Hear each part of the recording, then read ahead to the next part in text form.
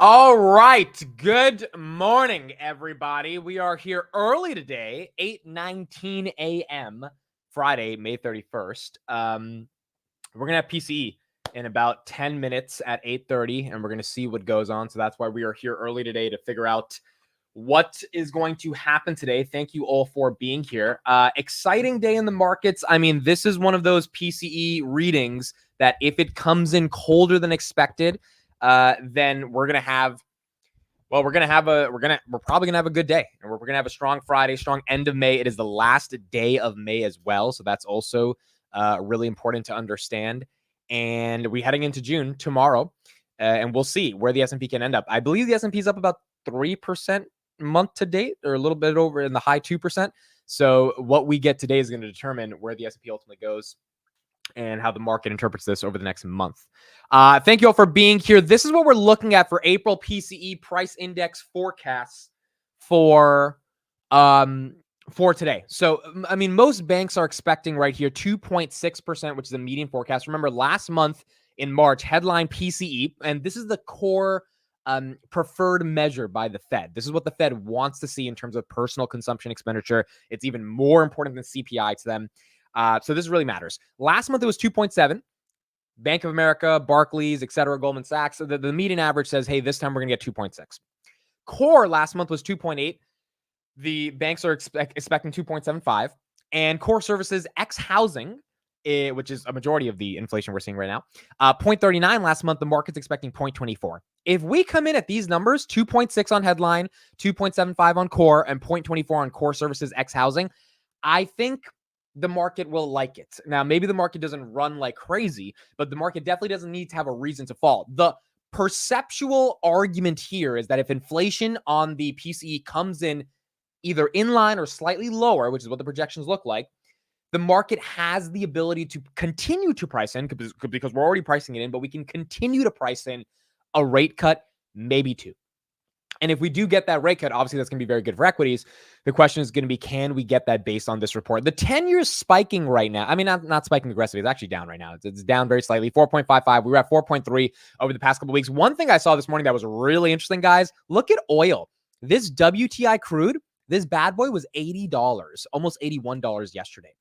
Now it's 77, or 2 days ago. It was hot. It was low 80s. Now it's right back down to 77.95. And I think the reason for that is because that OPEC supply constraint or supply holding the supply of oil steady was like a meeting that happened, but like it got priced in, and now the market's like, okay, that's not really going to affect that much demand, and we don't actually think OPEC's going to hold their supply constant. We think they're still going to be producing, and so oil comes down. So a lot of these short-term fluctuations we're seeing are contributing to the upside for inflation actually going down, because this stuff isn't sticky. Like you would think oil goes from 77 to 80. All right, the next day it's going to be 81, 82. We're going to slowly creep up, maybe stabilize at 80, and then it goes right back down to 77. So it's nice to see that starting to come down. And now it's just a question of if we can get this PCE reading to not be bad. Now, why is the PCE reading important in the context of April? April was the first month where we probably are starting to see, hopefully, at least Jerome Powell has signaled this, some real signs of disinflation. So Jerome Powell has gone on the record and said that shelter is the biggest thing that they're looking for to disinflate. It's very hard for shelter to disinflate given the high interest rates. We saw housing came in yesterday, 7.7%. Home sales were down. They were down 7.7% month over month. And the reason for that is obviously it's very hard to buy a home at almost 8% mortgage rates. But there's a lot of lag in the data from the past 6 months, which is suggesting that shelter inflation is going to start to come down. And Jerome Powell, I mean, he's talked about it many times over the past couple of months. It seems like he believes that is going to be what allows them. And the day before CPI came out, he was very mellow about his tone around inflation, was not hawkish, and the markets could kind of tell he probably knew that CPI is going to come in cold, and it came in at 3.4 versus 3.5. And also he probably knew, the way he was speaking, that shelter is coming down the drain. Like it's not going to be as high as people think it is. And as a result of that, that is going to give them the justification to get PCE to come down. This is what the Fed President John Williams said yesterday. Inflation is still too high, but should moderate over the second half of 2024. I expect unemployment at 4% by year end. I expect inflation at 2.5% this year. Currently, headline's 3.4. So he's expecting a 0.9% decrease by the end of this year. That would have to show up in the data by at least August, which means you got a September rate cut on the table if we're at 2.5, because 2.5 is relatively close to 2%. And then if we're close to 2% next year, I don't think rates are going to be, we're not going to be 2 times inflation on the federal funds rate at 5.25 or 5.5. Oh, money market funds. We didn't even check yesterday, guys. They come out every Thursday. Huh. Okay, I'll just show it. We don't probably have to guess in the chat because this is rather inconsequential. But money market funds increased by 3.8 billion. I totally forgot. Every Thursday they come out. I just didn't even, I didn't feel like Thursday yesterday because we missed Monday. So yesterday didn't really feel like Thursday. Today doesn't even feel like Friday. I was like, what? It's Friday already? But money market funds increased by 3.8 billion. So we have 6.7 trillion. Last week it was 16 billion, and the week after that I think it was 30 billion. So we've seen a gradual increase, 6.07 trillion. If rates come down, or if inflation, today's PCE reading signals that rates will come down, well, I mean, there you go. $6 trillion is not going to collect 5.5% on the sidelines. And if the Fed president here says we're expecting 2.7% this year, or 2.5% this year, then that means they think inflation is likely coming down. And this PCE reading hopefully is a argument to suggest that inflation will come down. And so we'll see. We got 5 minutes. Thank you, everybody, for being here. Dougie Fresh, June, Broccoli Bob, Tesla, hello. Ty Gordon, what's up? Oh, DJT's up 5%. Yeah, DJT. So obviously we saw Trump got the 34 out of 34 guilty counts yesterday on the hush money trial. DJT was down 9% yesterday. Now it's up 4%. So people are putting their money with their political support by basically saying, hey, we support Trump and we're buying up his stock. So that's what we're seeing right now. That one is up 4%. And I mean, look, it is what it is. That Trump's donation site crashed yesterday. People were donating to that. People probably want to support him by buying his stock. I mean, obviously the stock, dude, it does like a couple $100,000 in revenue and it's worth $6 billion. So like it's objectively, it's not about the stock. It's about a political statement people are making, which is interesting. I don't think we've ever seen people make a political statement through the stock market via a candidate's own company. It's interesting to see how that's playing out as well. Gannicus2424 says, yo, Amit, how's life? Gannicus, thank you for being here today. Life is awesome, given that you guys are here this morning and we get to break down the markets. I actually got a lot of sleep last night. I think I fell asleep by like 12 and I woke up by 5:30. I'm getting to the point where I don't know if it's an age thing, but like I'm naturally waking up at around 5:30 to 6 every day without an alarm. Like, I think I set my alarm every day for like 6:30 or something, and my alarm does not wake me up. It's just I just wake up. And it's happened for about a month now. Like, it's like about, no, not even more than but like about 2 months. Like, I don't need an alarm. I'm just up by a certain time. So yeah, as long as I get to sleep by like 11 or 12, I'll be up pretty early. Beneficial says I'd always be like this. Yeah, it's weird. I remember in 2022, I would literally not be able to get up till like 9 a.m., dude. It was weird. I don't know what changed since then. But in 2022, and it's not like I was sleeping that much later. Like, I could not wake up until 9 a.m. Like, it was weird, dude. Like, or like 8:45, like really late into right before the market opened. It was hard for me to like actually get up. And now at 5:45, I'm just like, oh, I'm up. I'm ready to go. Is Carp voice your alarm? No, he's not. That would be cool, though, if he was my alarm. Bill Ackman funds going public. Yes. All right. So we got PC in 2 minutes. But before that, Wall Street Journal broke some news today. Would you guys buy a piece of Bill Ackman's hedge fund? Because by 2025, he wants it to go public. Wall Street Journal reporting Bill Ackman is planning to take his investment fund public as soon as next year. The boldest move yet by the hedge fund manager to capitalize on his social media fame. The article goes in depth into how his retail following is going to carry a bulk of the new sticky assets coming into the fund. As a precursor to the public listing, Ackman is selling a stake in the firm to investors in a funding round expected to value the firm at about $10.5 billion. They have about $16 billion in assets, and his fund has Chipotle, Hilton, Google, Canadian Pacific. It's really concentrated in just 5 or 6 stocks. They have a private stake in Universal Music Group, I believe. So interestingly enough, it seems like he thinks this is the right time for him to take the fund public. We haven't seen someone do this since 2008. Hedge funds usually don't go public. I mean, they did go public a while ago, but that kind of stopped. So he would be bringing a trend back. And he has over 1 million followers on Twitter. I mean, he's a very big following. People do like him. I know a lot of people have different opinions, but people generally don't have a horrible opinion of him. But if he comes out and he supports a certain candidate, that might also add an effect to what the investor funds look like. Okay, so let's see. Here we go. We've got the PCE coming in pretty soon. Let's see what we get. We got it in like literally 30 seconds. I have the website here, and we should see what the reading looks like. All right, so it should be released. This is the website right here, personal consumption expenditure. Thank you, everybody, for being here. Okay, 8:30. How much time do we have left? All right, literally 8:30. 8:30 on the dot. So this should be coming out right now. We're looking for 2.7, I think. Right? Yeah, no, 2.6. Sorry, we're looking for 2.6 on the headline. We're looking for 2.6. Look at the website. It crashed. Look at the website crashed. We're looking for 2.6. Okay, it's not there yet. This current release, yeah, that's still March. We're looking for 2.6. We're looking for 2.6. I have the market open as well. That's not there yet. I'll also have Twitter open just to see if we get something from Twitter. Oh, 2.7. Looks like we came in at 2.7.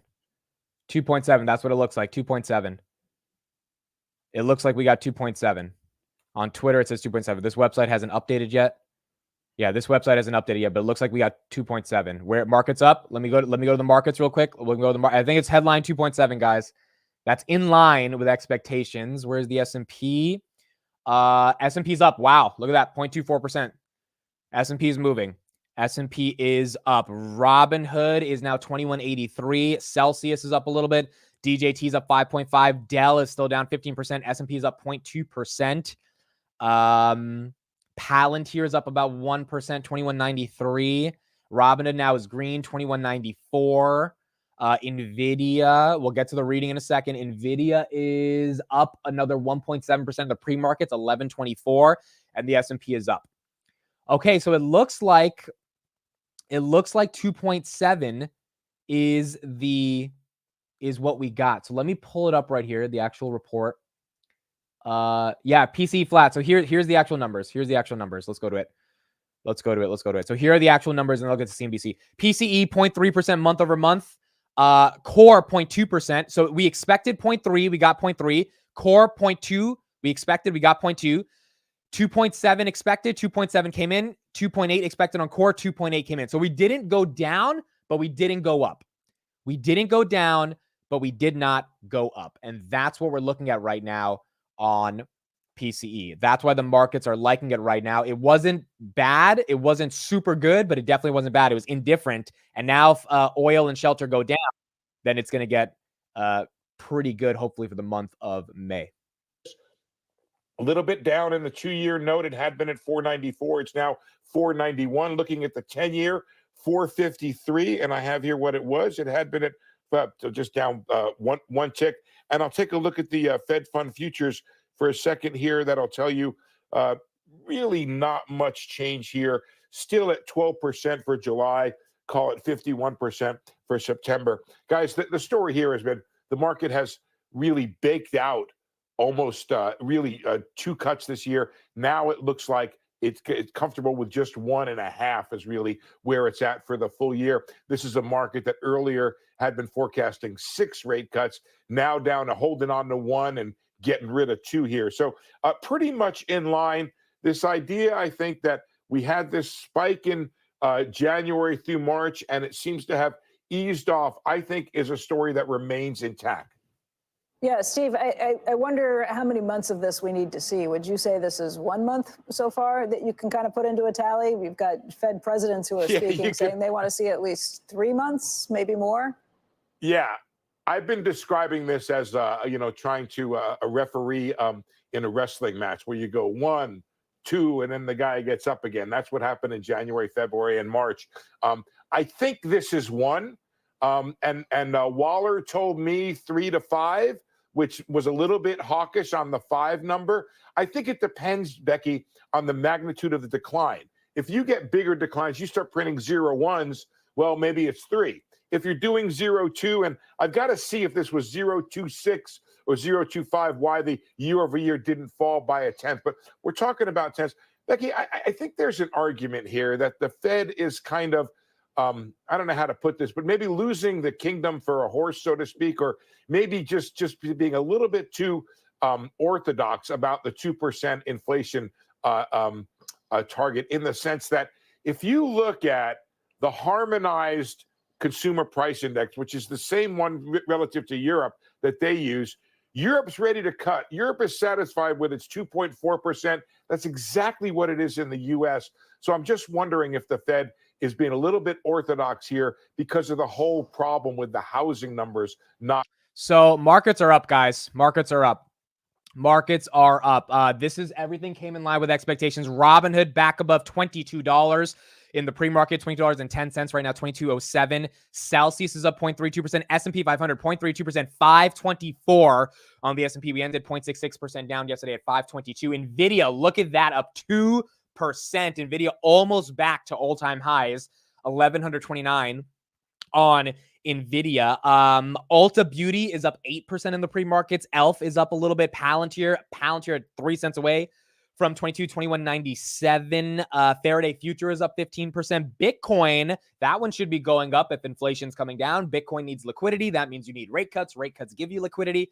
The only way you get rate cuts if inflation comes down, and the inflation reading we got today was that it's not necessarily coming down, but it's definitely not going up, which gives us the precedent to believe that it's likely going to come down very soon. 68,800 or 68,900 right now on Bitcoin. HIMS, wow, $20.68. HIMS is up 1.52%. Even Kohl's fell 23% yesterday. Even Kohl's is up 1% right now. C3 AI up 0.6%. Foot Locker up another 1.35%. Best Buy, by the way, the CEO of Best Buy, I watched them yesterday talk about their AI strategy. Was very impressed.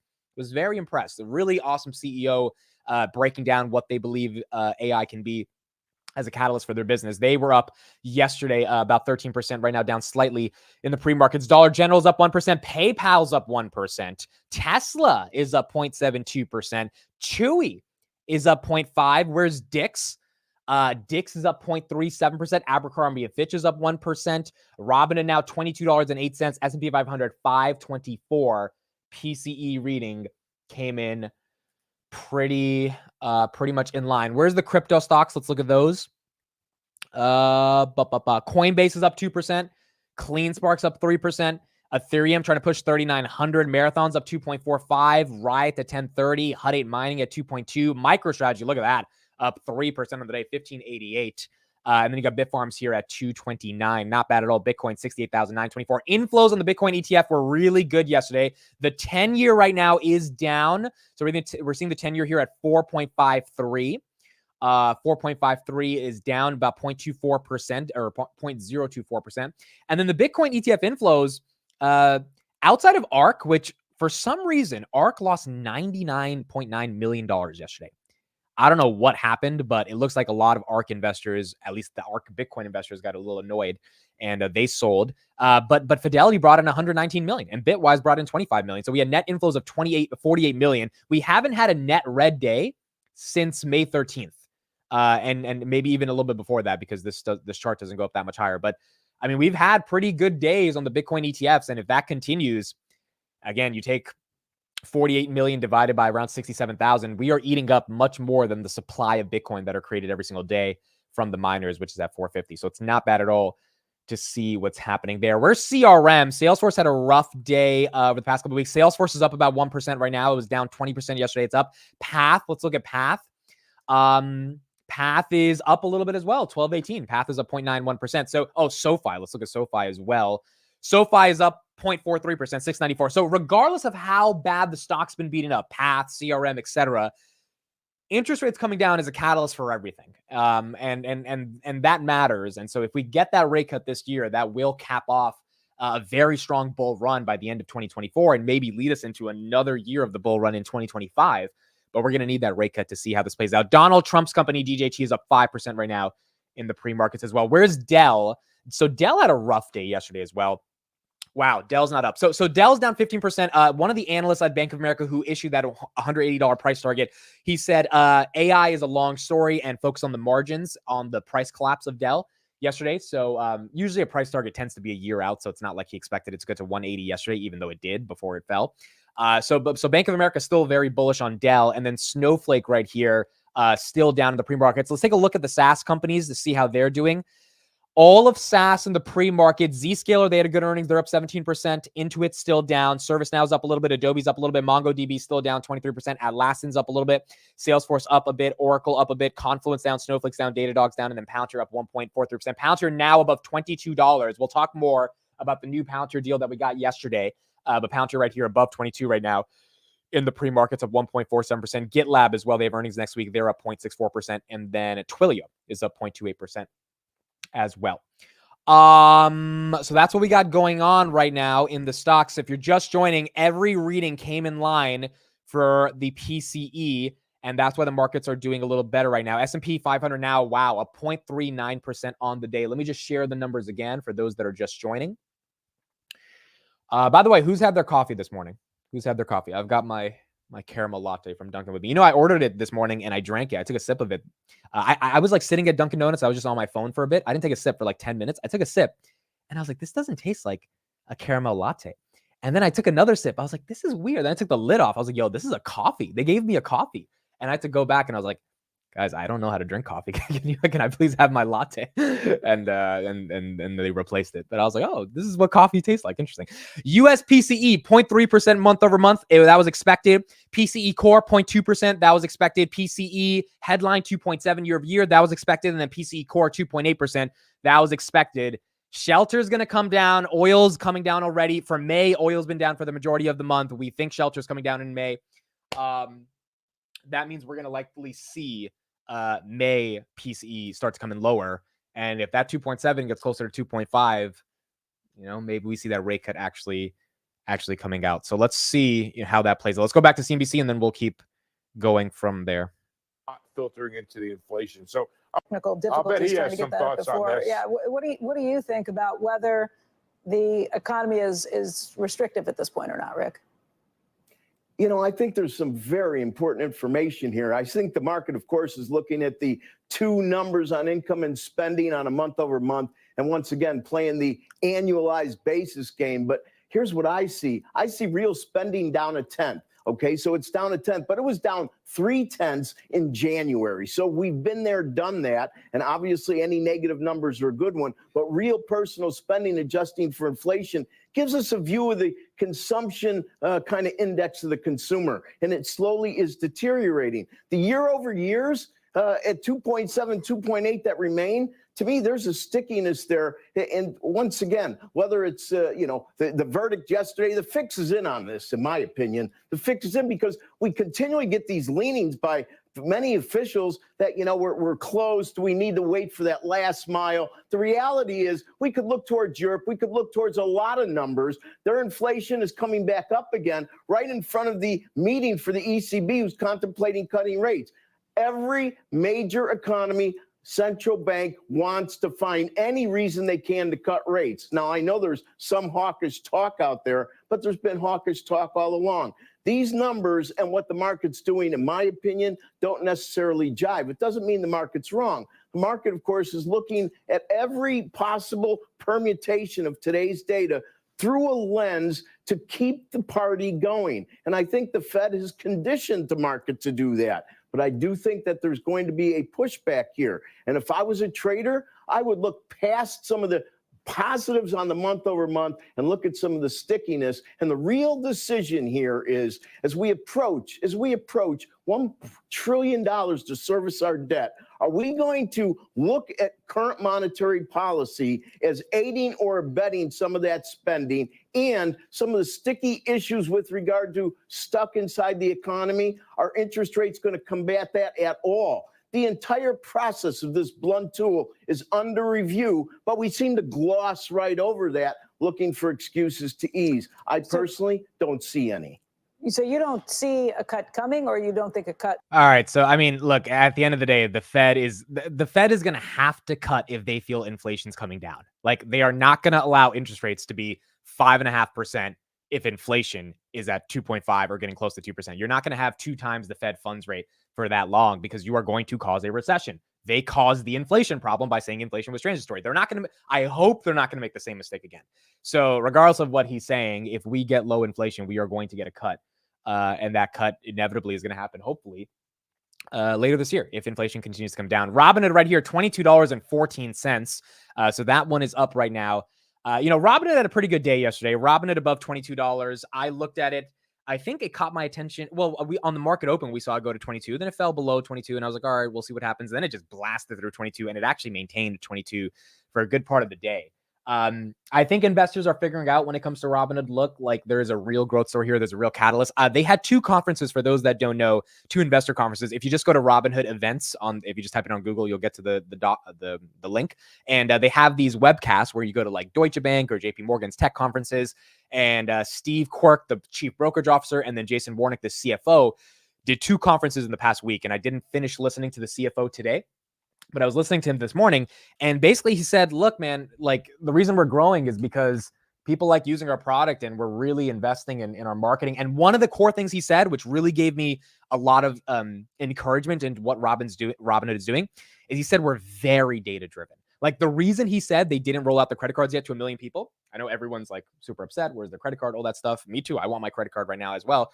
He was just honest. He was like, look, we need to make sure this shit actually works the way we want it to work. The 1% match incentives, the reason they worked and they've been a massive success, even though you've got a lot of people on Twitter complaining they don't understand the economics of it. The reason they worked is because they took a good amount of time figuring out cohort analysis to make sure they could distribute it at scale. And that's why that's successful. They want to do the exact same thing with the credit card. So the CFO was basically like, hey, we're letting off a couple thousand people. We're going to see their habits. We're going to see how they behave. We're going to see that our assumptions are correct on our hypotheses. He said it'll probably be a loss leader for them or slightly break even. But that's going to encourage the rest of the growth for the company. So I think the data-driven approach by Robinhood is giving investors the confidence, given the numbers are showing their growth, to say that it's sustainable and that they can keep going. And as a result of that, that's been really good for Robinhood. Palantir. Okay, let's talk about Palantir. So Palantir right now is above $22 in the pre-market as well. Palantir here, $22.02. Now, why is Palantir up? Outside of the rate cuts, again, we talked yesterday. This was the big picture I posted yesterday. This picture seemed to resonate with a lot of people, and I think it made a lot of sense. We talked about it here on the market open. I mean, this picture is just incredible, what we're looking at right here. These are all the SaaS names we saw yesterday. All of them were red, besides Palantir yesterday. And I think the reason for that is because not only did we get that big government contract, but maybe the market's trying to see, hey, what's the real AI play here? And if they don't think that it's in some of the SaaS names, they might end up going to Palantir for those AI opportunities. Now, Palantir, after the bell, 2 things they announced. If you might have missed the news, we talked about it on the market close when it broke, but if you weren't there. So 2 things that happened. Number 1, the $480 million contract we got from the Army, we got $153 million upfront, which means this year, not over 5 years, this year, 31% of the contract will hit the books. Probably not all of it hitting Q2, but it'll be split up between 3 quarters, $153 million. So about $50 million a quarter. And that'll be in top line revenue. That'll be a growth. That'll be in addition to top line revenue growth per quarter in the government business, which is really good. And that should help the reacceleration of government, which went from 11% to 16% last quarter. So the Army is so confident in Palantir and they need their services so badly. Boom, here's 31% of the contract upfront. Additionally, they got another $33 million contract by the CDAO, which is the Chief Digital and Artificial Intelligence Office. That office started around 2021. And now they're starting to really aggressively spend, given that AI is becoming more of an initiative for the DoD. So we got a $33 million contract, a $480 million contract, and we got about $200 million from Titan 2 months ago, about $700 million over the past 3 months, just on 3 deals for Palantir. Shannon Clark, the head of defense growth at Palantir, says these awards represent a vital step in warfighter adoption of AI, moving cutting-edge technology from experiment to enterprise production. We are proud to support the CDAO, enabling commanders to make better, faster decisions across all domains at unprecedented scale. And so that's why I think we're seeing the momentum in Palantir. That momentum is coming from the fact that the market's starting to realize, wait a second, this thing is not just the SaaS play. There's a lot more components to it, and that government business is very sticky. You know, it's funny. I remember a year ago, people were so upset because 60% of the business was government and 40% is commercial, and they were like, they're too dependent on government. Now that's changed. It's not 60-40 anymore. It's closer to like 55-45-ish. Commercial is still becoming a big part of the business, or an increasingly larger part of the business. But now the government part of the business is what's saving Palantir, because these big sticky contracts that come out of nowhere, plus the government's initiative across the world, NATO countries, Japan, Asia, not just the US government, that need to spend on defense, they don't have that many people to go to other than Palantir. So now to me, it's not even just a moat. It is the legitimate thing that's propping up and keeping the valuation acceptable and will likely expand the multiple on the valuation over time. And so that's what we're seeing right now. One final thing I'll say on Palantir, then we'll move on to some more macro news. For those that are just joining, PCE came in line with expectations, which is why the market is up right now. And I think, I don't know about you guys, but did anyone actually think CPI was not going to be that, or sorry, not CPI, PCE was not going to be that good? Like, I didn't think it would be phenomenal, which I mean, it wasn't phenomenal. It came in line, but I definitely didn't think it was going to be a super hot reading. And like, it doesn't take a genius to figure out, if you just look at oil and some of the trends we're seeing in shelter, April was not going to be the worst month. And May's done now. We're in the last month of May. Oil's been pretty much below $80 for the entire month of May. Shelter, I believe, is still continuing to come down. I mean, Target, right? Target is an example of a company lowering prices. The reason they're lowering prices is because they're starting to see that the consumer is getting a bit weaker, which means their inflation has to start to come down. Unemployment going a little higher with open jobs going down, even though we still have like 8.5 million jobs open, and unemployment claims going up. Not aggressively going up, but going up enough to say that we're probably not going to increase inflation, even if we don't aggressively decrease inflation. And that's all the Fed really needs to see in order to feel confident that we should do a rate cut. Okay, last thing on Palantir. So let me just share this real quick because I thought this was really important. And then we'll go from there. Okay, so I have to share a couple things. So okay, here we go. Here's what I was looking for. Michael says, yeah, Wall Street thinks that USG business is a scarlet letter, but in reality, it's a huge moat that can buttress the business during bad times. That is a hell of a word. Buttress? Is that a real word, Michael? Buttress? That's a word? That's a hell of a word. Oh my God. Buttress. By the way, guys, we haven't done word of the day for like 2 days in a row. You guys have not kept me honest on that. Buttress, a projecting support of stone or brick built against the wall. I've got a bunch of buttresses in my room, if you know what I'm talking about. Brick walls. Okay, so this is a tweet by Chad, who's a Palantir employee that I want to show. So a good friend, Dave, of the channel, Dave says, Amit, I still don't understand what Palantir does. Explain to me like I'm dumb money. He's from the channel Dumb Money. Wouldn't their pitch deck essentially say they're a highly complex GPT wrapper for government clients? Now, I really like Dave. Dave's an awesome guy. Dave's very successful. He's sold multiple startups. He's a guy I respect. So it's wild to me that someone that successful, that smart, multiple exits, right? Multi-million-dollar exits, he's still struggling to wrap his mind around Palantir. And that's not Dave's fault. That's a Palantir problem. I mean, quite honestly, that's a company communication problem that someone as smart as Dave still doesn't really get what Palantir does. So Chad right here responded. And I just wanted to read this for anyone who wanted to get an even better understanding of what Palantir is. I'm going to put this in the chat if you want to read it as well. But I thought this was really important. Dave, Palantir architect here, and happy to help explain a bit. I don't think a complex GPT wrapper is an accurate take on what we do. Here's the short version, and I'll post more details. At Palantir, we both help government and commercial customers make better decisions using data. We have 3 main commercial products. Apollo, think of this as a tool we use to help other companies deploy and manage their software securely at scale. Foundry, this is our data platform. It takes raw data from many sources and turns it into useful information that helps businesses make smart decisions. Imagine it as a powerful tool that not only shows what's happening, but also lets you act on it in the right way, closing the loop. AIP. This is where we use advanced AI tools to help businesses automate tasks, create agents, harness unstructured data, and improve efficiency using different AI models. All these products work together to help businesses and government agencies do their job more effectively and securely. We work with some of the biggest organizations in the world to improve their operations and decision-making processes. Happy to answer more questions. Now, I thought that was a pretty good explanation of what Palantir does at the end of the day, and he goes on later in that thread, and you can read it. I put it in the chat for him to go in a little bit more depth and explain. One of the things I was watching this morning, and I'm sure a lot of you have watched this, I actually never got to fully watch the whole thing, but I was watching Stephen Cohen's, one of the original co-founders of Palantir's Stanford talk from 2013. And I think I watched it a long time ago, but I forgot about it. And randomly today, I just felt like watching it, and I'm still getting through the talk. But one of the things he mentioned in the talk was that when Peter Thiel approached him with the idea of Palantir, the concept was, this was right after 9/11, hey, like, I just sold PayPal for $1.5 billion. The reason we sold PayPal to eBay was because they bought our fraud mitigation algorithmic technologies to stop fraud and be able to streamline eBay's checkout process. What if we did that for the US government? And what if we built a generalized solution for the enterprise data management problem which was becoming an extremely large problem in the early 2000s because enterprises were starting to collect so much data. Why were they starting to collect so much data? Because they had the internet, and now they had, millions of customers online checking into websites. They had to manage supply chains, finance, marketing, all this stuff. How could you solve that at scale? And Stephen Cohen really goes into a broader discussion about how they thought about it, how they got into the government, and what really happened for Palantir to become the company that it is. The reason I'm bringing this up is because the reason I think Palantir is green against all the other companies that are not green is because 20 years ago, Peter Thiel, one of the smartest people on the planet, thought about this problem in depth.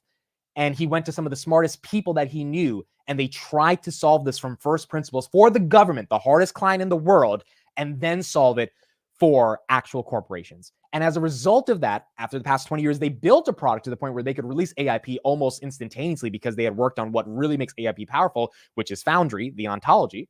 And now they're trying to scale that to governments and businesses across the world. And because of that origin story of Palantir, I actually think they survive when SaaS gets hit, because there is a bigger moat there, a $500 million contract moat. And there's other ways they can scale that to commercial entities that actually need it. Versus some of these other software companies. And so that's my hypothesis on why Palantir is green right now while SaaS is red. We'll see what ends up happening. One final thing I'll say on Palantir is that Q2 needs to be phenomenal. If Q2 is not phenomenal, we're probably headed back down to 15. And the reason I'm saying that is because right now we're in a sticky situation. And the sticky situation is as follows. If CRM is reducing revenue guidance across the board, and they're the epicenter for how the government, or not the government, the market values SaaS companies, CRM is going to do about $38 billion in revenue this year. Either CRM is aggressively sandbagging, or they're actually missing their targets. If they're missing their targets, the entire market's going to think, hey, our enterprise software SaaS companies not really what we thought they were going to be in the world of AI? Are there other opportunities? And if that's the case, everything, Twilio, Snowflake, Palantir, Datadog, all these guys, they get re-rated. So if Palantir can give a really good Q2, I'm talking about a Q2 that knocks your socks off. Like Palantir has a Q2 that's like, holy crap. Not only are they slowing down, or not only are they not slowing down, not only are they re-accelerating the government business, not only are they raising top-line revenue guidance, but they're highlighting the key reasons they're growing is because of AI, which is contrary to what the other SaaS companies are showing in their numbers, at least CRM. I think that's going to expand the multiple because money is going to flow from some of those companies into companies like Palantir. And so we're going to have to see. We're going to have to see if that plays out, but that is what I think could happen in August when we get those numbers. But Palantir is really going to have to crush Q2. Because if they don't crush Q2, it's going to be tough for the market to justify giving them the green while every other SaaS company potentially stays in the red. Okay, so that's what we got on Palantir. Now, let's move on to some other macro news that happened yesterday. First on Cathie Wood. She bought the dip on Path. Cathie bought the dip on Path. 1,022 shares. This is actually just one screenshot. There's multiple other screenshots. It's closer to like 1.5 million shares that she bought. So Cathie feels that Path at $12 is obviously undervalued, or she's buying it because she has to buy it. I don't really know what's the reason, but she is buying it. I want to know in the chat if anyone else is buying it. I'm still doing my due diligence on Path. I have not come to a conclusion on it, but I did look at the option spread prices for 2026, and my goodness, they are cheap. They are very cheap. They are like ridiculously cheap. But do I think Path can go back to $20 by 2026? I don't know. And because I don't know, I'm not taking a position yet, but they are very cheap. And so once my fundamental analysis is concluded, we'll figure out if it's worth taking even a small position to play with. And I'll get back to you guys on that probably next week. So that's what we got on Path. Now, one thing on Robinhood, she sold about 1 million shares. This one only has 857,000. She sold a bunch of other shares in other parts of the ETF, 100,000 in the ARK-F ETF, and a couple other tens of thousands in some of the other ETFs. I finally figured out yesterday why she's selling these shares. So you see how Robinhood has 2 stars and everything else doesn't have 2 stars? So those 2 stars have to do with the rule 12D31. Okay. And I finally figured out what this was yesterday. 12D31 permits a registered investment fund to invest up to 5% of its assets in securities of an issuer deriving more than 15% of its gross revenues from securities-related businesses. This is what I finally figured out for why she sells Robinhood. So Rule 12D31, I initially thought the rule was that you can't have more than 5% of your fund in one stock. But that never made sense to me because Tesla's like 11% of the fund. So I was like, why is she having Tesla's 11%, but Robinhood can't get to like 5.1%? Yesterday, I finally figured out because Robinhood is a brokerage and they get most of their revenue from assets on securities revenue, right? Because they make money from payment for order flow, transaction revenue, all that stuff around securities related businesses. That is the rule, the regulation that stops an ETF from owning more than 5% of an asset like Robinhood that is able to derive their revenues from securities related businesses. And that's why she is forced to sell. So it's not like Cathie's selling because she wants to sell Robinhood, because every single sell has those 2 stars, and it has had that for the past couple of months. It's because Robinhood's growing so much that it's becoming too big of the fund. Robinhood right now, 22.06 in the pre-market, Palantir 21.97. And as a result of that, it's becoming more than 5% of the assets she has from a company that is deriving too much of its revenue from securities-based assets, or at least 15% of that. So that rule exists. I don't necessarily know why that rule exists. I'm pretty sure it's something to do with like making sure ETFs don't buy up brokerages and like have some type of conflict of interest, I guess. Like, I really don't know what the point of the regulation is, but that is why she's selling that. She still has about 14 million shares, but she will probably be selling on the way up to comply with that rule. And granted, I think she probably wants to sell. I don't think Cathie wants to hold Robinhood for a super long time, even though she says she has a 5-year thesis on it. I mean, at the end of the day, I think her higher conviction is Tesla, which, I mean, I can't blame her, right? Selling Robinhood to buy Tesla, I understand that over the long term. But obviously this year, Robinhood probably has a lot more catalyst than something like Tesla. So we will probably see her sell more as Robinhood starts to go higher. Okay, S&P. Where are we at on the S&P? Are we still green? We are 0.38% green. S&P right now, 524.58 right now for the S&P 500. Don't miss the market open. Yeah, I won't miss it. Right? We got 30 minutes. I won't. I was talking about Dick's last time, and they had a good earnings, and Dick's was up, and so I got distracted. I don't know what to tell you guys, but it made me miss the market open. Okay, let's go back here. Let's get a little bit more coverage on PCE, and then we'll keep going from there. For those that are just joining, came in line with expectations, and that's why the markets are up right now. Don't anticipate seeing a whole lot to alter the playing field before we get to November. I think this is what it is. I think we would have had to see a lot more progress by this point in order for there to be some move before November. So I think this is going to be it. I think to the extent there are cuts, they're going to come much later in the year. And this is the playing field. It is set. It's set for November. Well, is it off the table that maybe we're too complacent about things coming down, and that we never cut, and maybe we actually need to go higher? Could that ever happen in an election year? Probably not. But probably not. Is that why? Probably not. Go ahead. Yeah, no, I think it's politics. Look, I mean, there is certainly a case to be made that maybe we should be going a little higher, but in an election year, that is an unlikely intervention because I think these guys are wrong on that. Their argument is there's a case for rates to go higher. Dude, no, there's not. I mean, if they want to break if they want to break the economy, which is in a pretty damn good position, and we've got to give Jerome Powell some credit. I know he started this whole thing in 2021. I don't blame him. I blame Trump and Biden printing so much money. But like, raising rates right now, forget the election year. That's just, it makes zero sense to me, given we're making progress on inflation and that earnings are good. I mean, the fact that earnings are actually doing as well as they're doing, and we're seeing the momentum we're seeing in the broader equity market around companies like Nvidia putting up their numbers with interest rates the highest they've ever been in 40 years. I mean, think about this.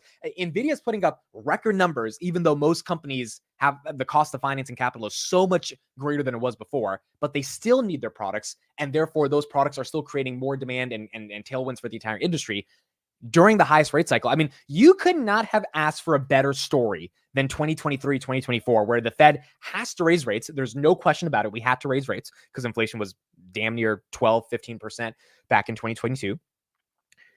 And AI was seemingly a convenient just part of the story while we were raising rates. If AI was not a part of the story while raising rates, I mean, where would our economy be right now? What would the catalyst be? Why would investors even be excited to invest in the stock market if AI wasn't there? I mean, what would they get excited for? So, I mean, I think raising rates right now makes very little sense, not only because we're making progress on inflation, not only because mortgage rates are 8%. What, you want mortgage rates to be 10%? That doesn't make sense to me. But also because if companies are thriving in the highest interest rates in the past 40 years because of AI, why would we make that even harder for those companies to thrive when it's already so hard, given we have this amazing catalyst that is AI that's helping companies navigate the environment, and it's helping to create interest for the equity market. So I just don't think it makes a lot of sense for them to be making that claim. The other thing that's really important, I was reading an article yesterday that France is trying to drum up the same investor interest and the UK in their markets that the United States has.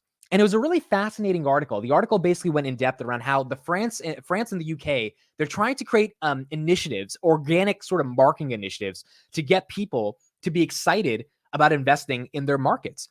And I was reading that article and I was just like, the US has so much capital, so much liquidity, so many people are willing to take their hard-earned dollars and throw it into the stock market, which a lot of people say is a gamble, right? But if you're part of the investor class, you understand this is the only real way to build wealth, some type of asset, real estate stocks. You have to have some type of equity in something.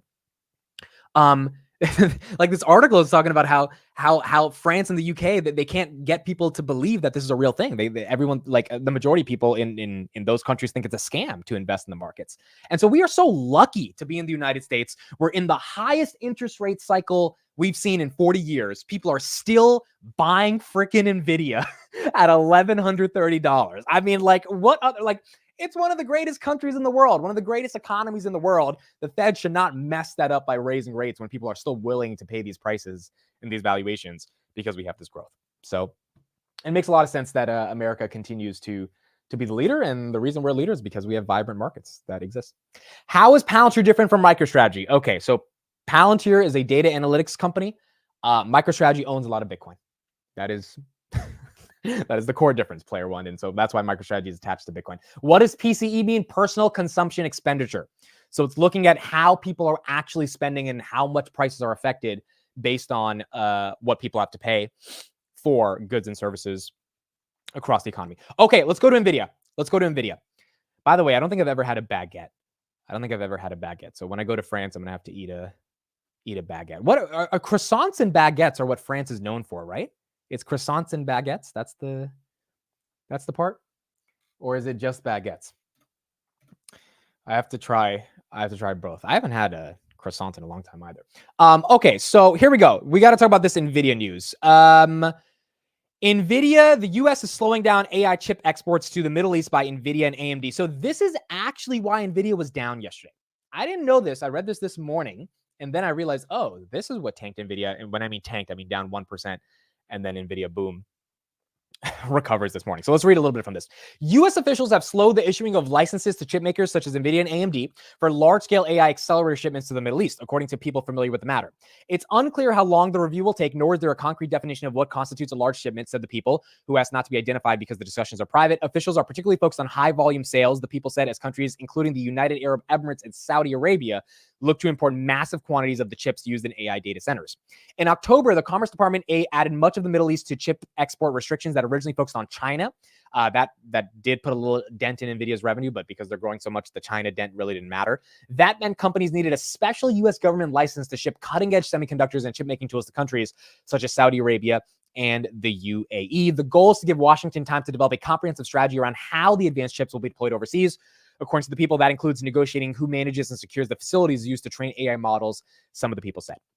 So this was actually one of the reasons why Nvidia fell yesterday, because the market started thinking, oh, well, if Nvidia's sales are going to slow down in the Middle East, that's going to hurt the revenues. The reason Nvidia's rebounding right now is because the market's realizing, actually, no, that doesn't matter.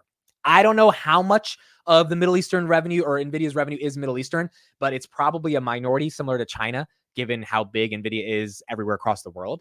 And so right now you see Nvidia up right now. Again, it was down 4% yesterday, which is it should be a nothing burger because it was pushing 1,200, right? So it's like, yeah, it was going to take a little bit of a breather, but investors are ready to buy the dip, dude. PCE comes in cold. Investors are like, nope, we're buying. Like we don't really care about that Middle Eastern news. We are ready to buy. The markets are thriving and waiting for an opportunity to get Nvidia, and 4% down after a 20% move is enough to get the markets excited. And so we're seeing some momentum here with Nvidia. Multiboy says, makes no difference to Nvidia. They will have a hard enough time satisfying dementing U.S. demand for the next several years. I agree. I 100% agree. For everyone saying it's cyclical, yes, it's cyclical, but we are in the part of the cycle where demand is high and it doesn't look like it's going down anytime soon.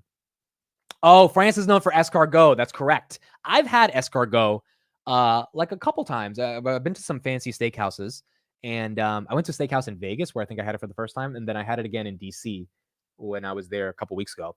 Escargot is great. I like escargot. You know, I think a lot of people think, oh, eating snails is disgusting, but escargot is like when you have the right, like, I don't know what, like the sauce that it's baked in or whatever, like just the right dip, like when you're eating it with a good steak, usually it's good. Stinky cheese. I don't like eating cheese, dude. I'm not a big cheese guy. Like, you know, people eat raw cheese with like crackers. I never got that. That's never been super exciting to me. Cheese and mayo, I'm just not a big fan of. Like, I'm not opposed to cheese, like I'm opposed to mayo. Like, if I see mayo in anything, I don't even want to be in the vicinity of it, dude. Like, my sister, she came from a diner the other day and she brought over some food, and she told me it was in the fridge, and I went in the fridge and it was some fried shrimp with like a salad or something. I was like, oh, I love fried shrimp. So I heated it up. I took one bite and I was like, this is not just fried shrimp. And then I went upstairs to I was like, what's on this fried shrimp? She was like, oh, it's like a hot mayo sriracha sauce. And I was I almost threw up, dude. I was like, I can't do this. I cannot do mayo in any capacity. I could taste the hint of the mayo on the shrimp, but I ignored it for a little bit because I love shrimp and I was hungry. But I was like, this doesn't just feel like shrimp, dude. This feels like there's something on this shrimp that's just not, my taste buds won't handle it. And I figured out it was mayo. And she knows I hate mayo, so she didn't tell me. And she knows. So I was just like, this is not fair that you did that. But yeah, mayo is a no-go for me. And same thing with cheese. Like brie or brie, whatever that thing is called. Yeah, brie. Yeah, I'm not a fan of that either. I just can't eat raw cheese. I can't do that. Okay, cool. So that was what we had on what we had on Nvidia. So let me play a new clip. All right. So we got to talk about this. First, let me preface this right here. We got to talk about the Trump stuff that happened yesterday. I was watching this live on CNBC yesterday or this morning, and I think it's more comical than anything, which is why I'm going to show it. But this is a pollster talking about what happened based on the guilty verdict that Trump got yesterday. Couple of updates on this before I play this. This was actually a kind of funny to me because Andrew Ross Sorkin, for those that don't know, is a bit more Democratic. And then you got Joe Kernan on CNBC, who's a bit more Republican, a bit more, not just Republican, but like Trump fan. And it's kind of insane to me. I think CNBC every morning gets a couple 100,000 people that are watching. For them to go at it the way they did, like, this is why I said I don't care about imposing my political beliefs on this show, because it is useless. It is literally theater, what I saw this morning. I was like, you guys are grown men in your 50s, late 50s, arguing about politics in front of hundreds of thousands of people. And it's just like, none of you are going to change your beliefs, right? So it was really interesting to see how that played out. But what did happen yesterday is Trump was found guilty in the hush money trial, 34 out of 34 counts. This definitely created a lot of momentum yesterday for the Trump campaign. His donation site crashed. A lot of people were ready to donate to him. My poll, I asked in the chat, who were we voting for? We had majority Trump versus Biden. And again, I just want to say I'm not really disclosing my political beliefs. I don't really care about that. The comments, though, yesterday were funny. I was either MAGA or a commie. It was funny. You guys were literally looking at my eyes and my facial expressions when we were reading out the guilty verdict. And some people are like, Amit's so sad. His favorite president is guilty. And then other people are like, yo, look at Amit. He's so happy. So I'm like, there's no way I can win on this, which is why there's no point of trying to impose your political beliefs. But nonetheless, it does affect the market. Now, the S&P is not affected so far. But in November, we're going to see how the market interprets what happens with Trump versus Biden. Here's what happened this morning with the political polling and ultimately how it's going to affect how voters potentially think of this election.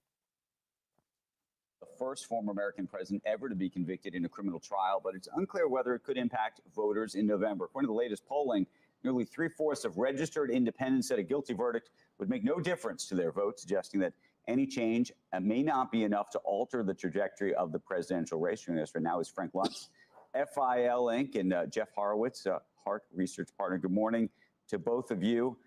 Frank, let's start on the polling side. And you saw... Again, this is going to be a little hard to listen to. There's going to be some yelling over each other, so just watch out for that. The verdict yesterday, you saw probably Joe and I and Becky debating this whole issue all morning.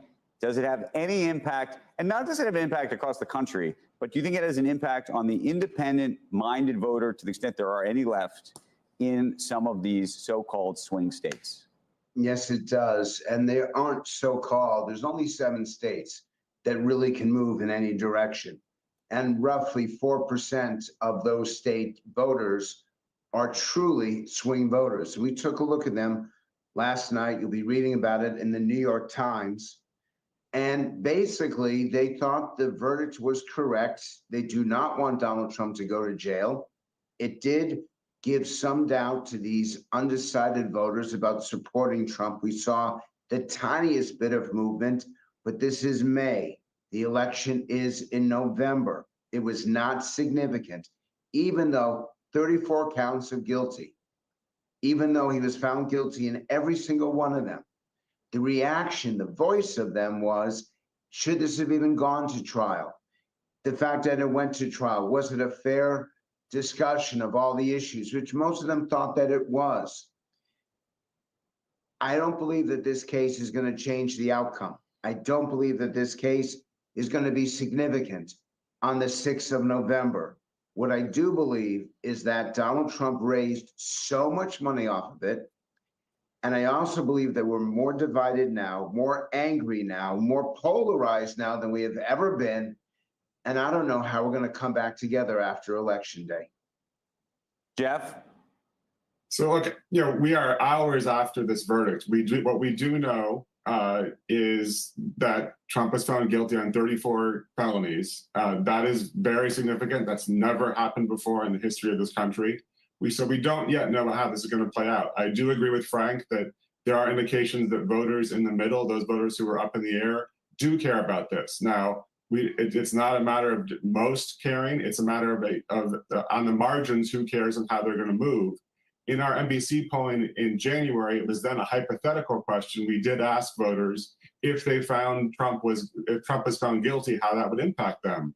The ballot, our overall trial lead changed, that Trump lost by 4 points in that hypothetical situation. And in a very tight election, that's the difference between winning and losing. So it doesn't have to be that many voters who move. It's at the margins of a very narrow, divided country, as Frank said. That really does make a difference between winning an election and losing. And those voters that moved more than others are those really critical voting blocks in this election. So it's younger voters who moved more, Latino voters, independents, and Republicans. And these are the same Republicans you were seeing in the primary when the primary is over, who are still voting against Donald Trump because of their dissatisfaction. And the 34 felonies here really just reinforces that. So Jeff, hold on, Frank. So Jeff, if it happens that way, swings to 4 points, and Joe Biden is reelected, are you okay with the process of how that occurred? You're okay with how this happened? That's the way it should be done? I'm okay with our system working and someone who was going to trial.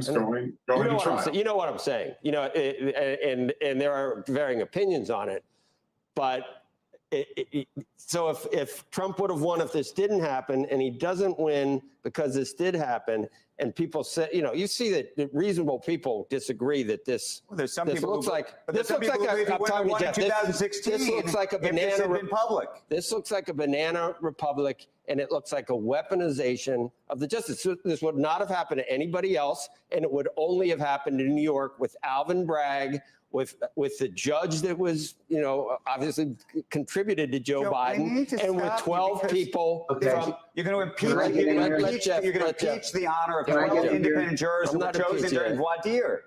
From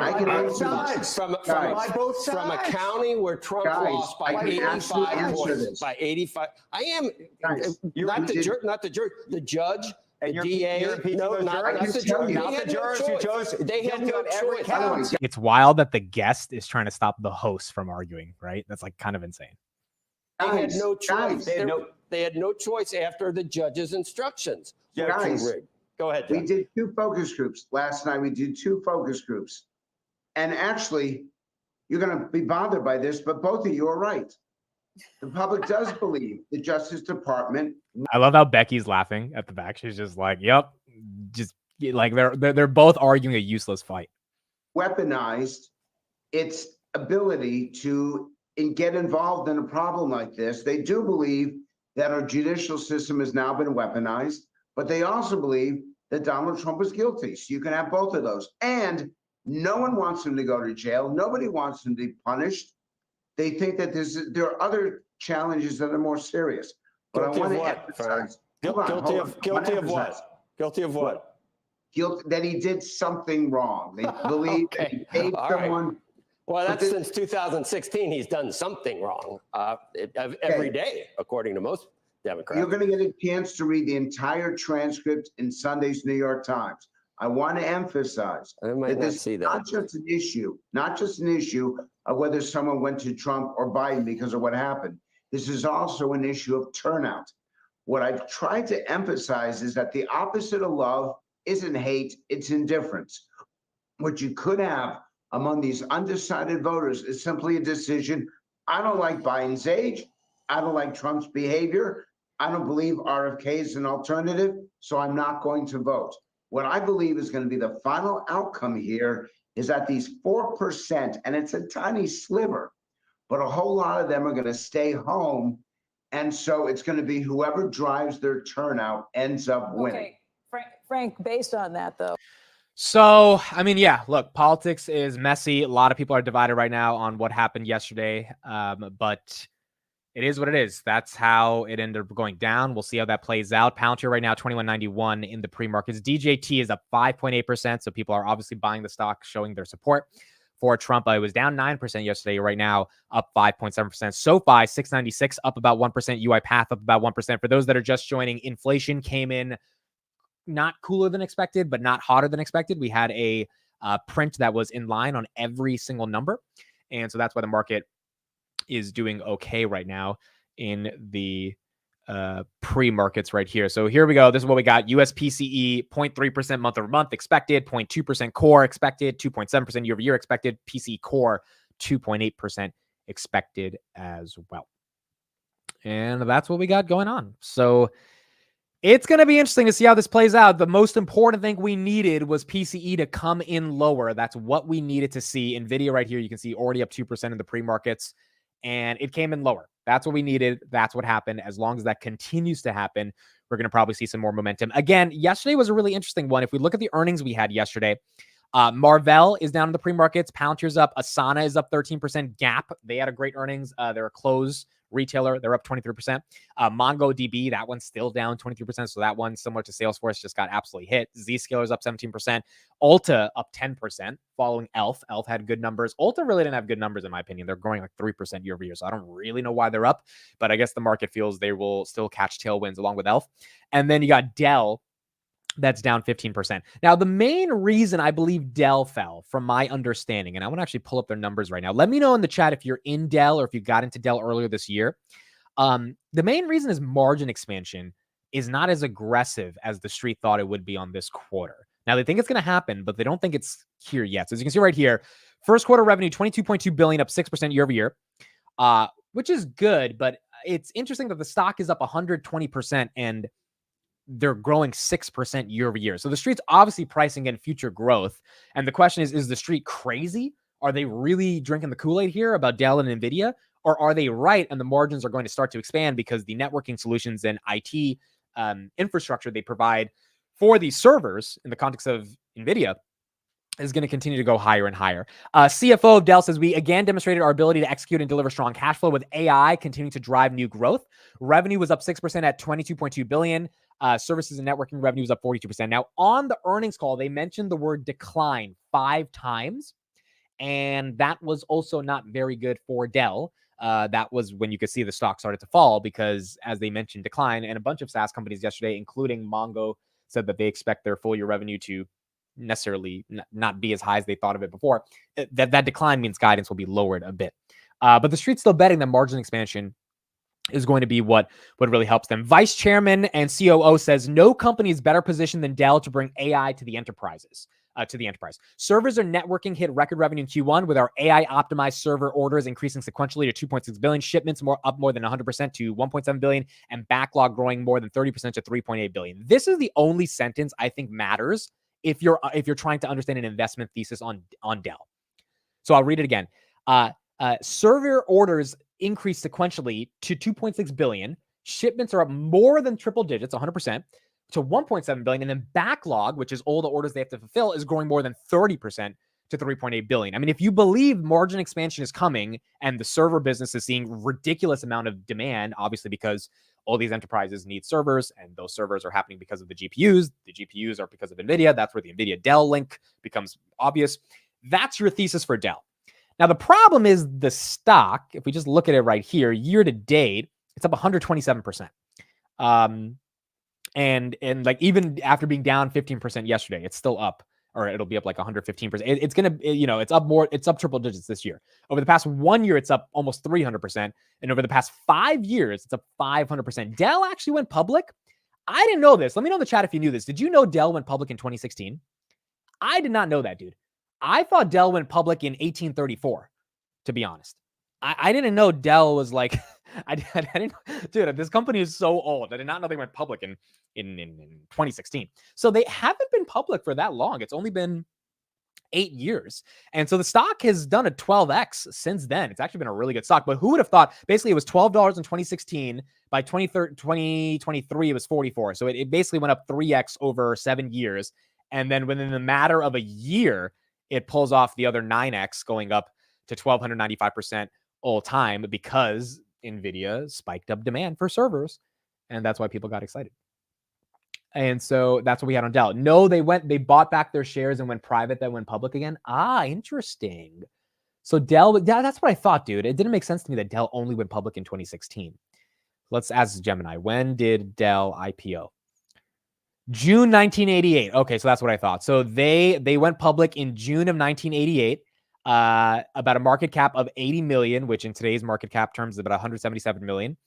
And then, as you guys said in the chat, they probably bought back their shares and went public again later after they went private. Well, it makes sense. And as a result, they're thriving now in this sector. I mean, I don't think anyone thought, market open in 5 minutes, I don't think anyone thought that Dell would be the beneficiary of all this AI demand from Nvidia, but it had ran up a lot this year. And that's why it struggled a little bit. Now, CrowdStrike is also another interesting one. TJ will be joining, guys, at 9:45 to do the options video. We got a lot of stuff to talk about today, including Path. So let me just text him right now.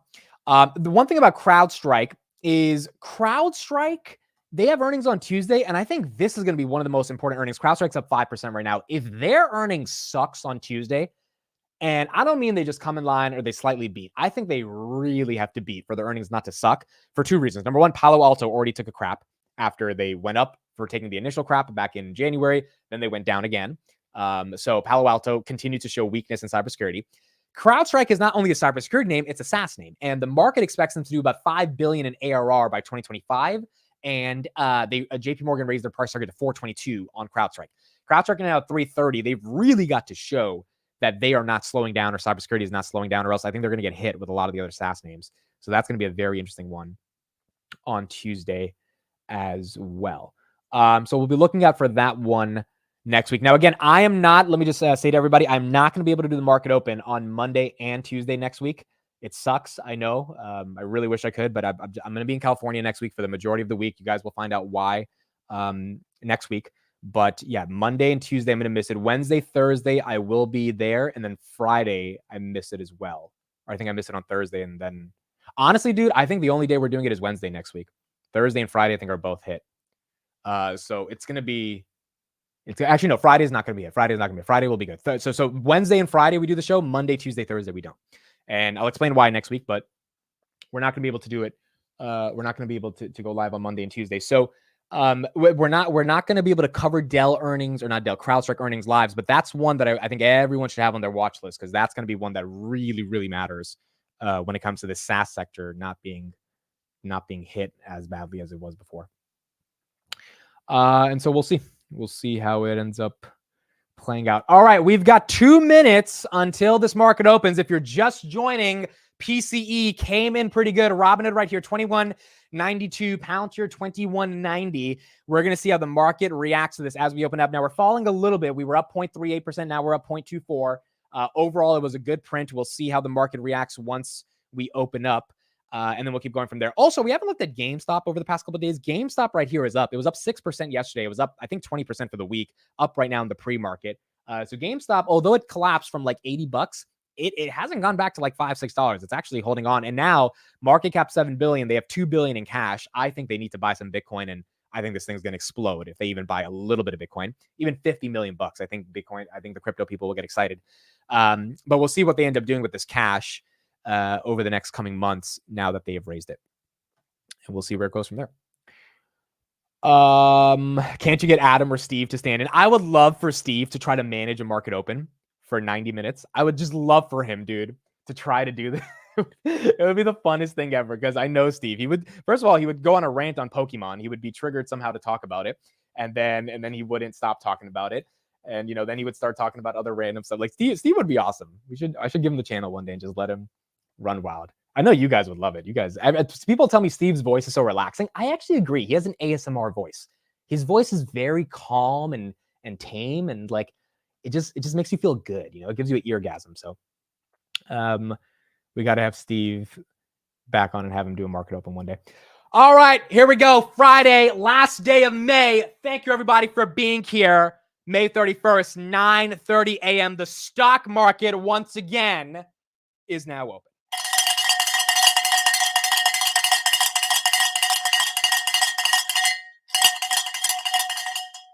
Wake your ass up. Here we go. S&P 500 is green, 523.79, because PCE came in line with expectations on core, the yearly and month over month. 523.74 on the S&P 500. Robinhood just hit $22, $21.99, $22.01, up 0.82% on the day. Palantir, $21.87, up 0.78% on the day. CRM, a little bit of a green candle here, 1.44%. Investors are buying the dip in Salesforce. Fell 20% yesterday, now at 221. DJT up 2.66%. The Donald Trump media company. CrowdStrike up 3.4%. GameStop up 1.12%. Snowflake is down.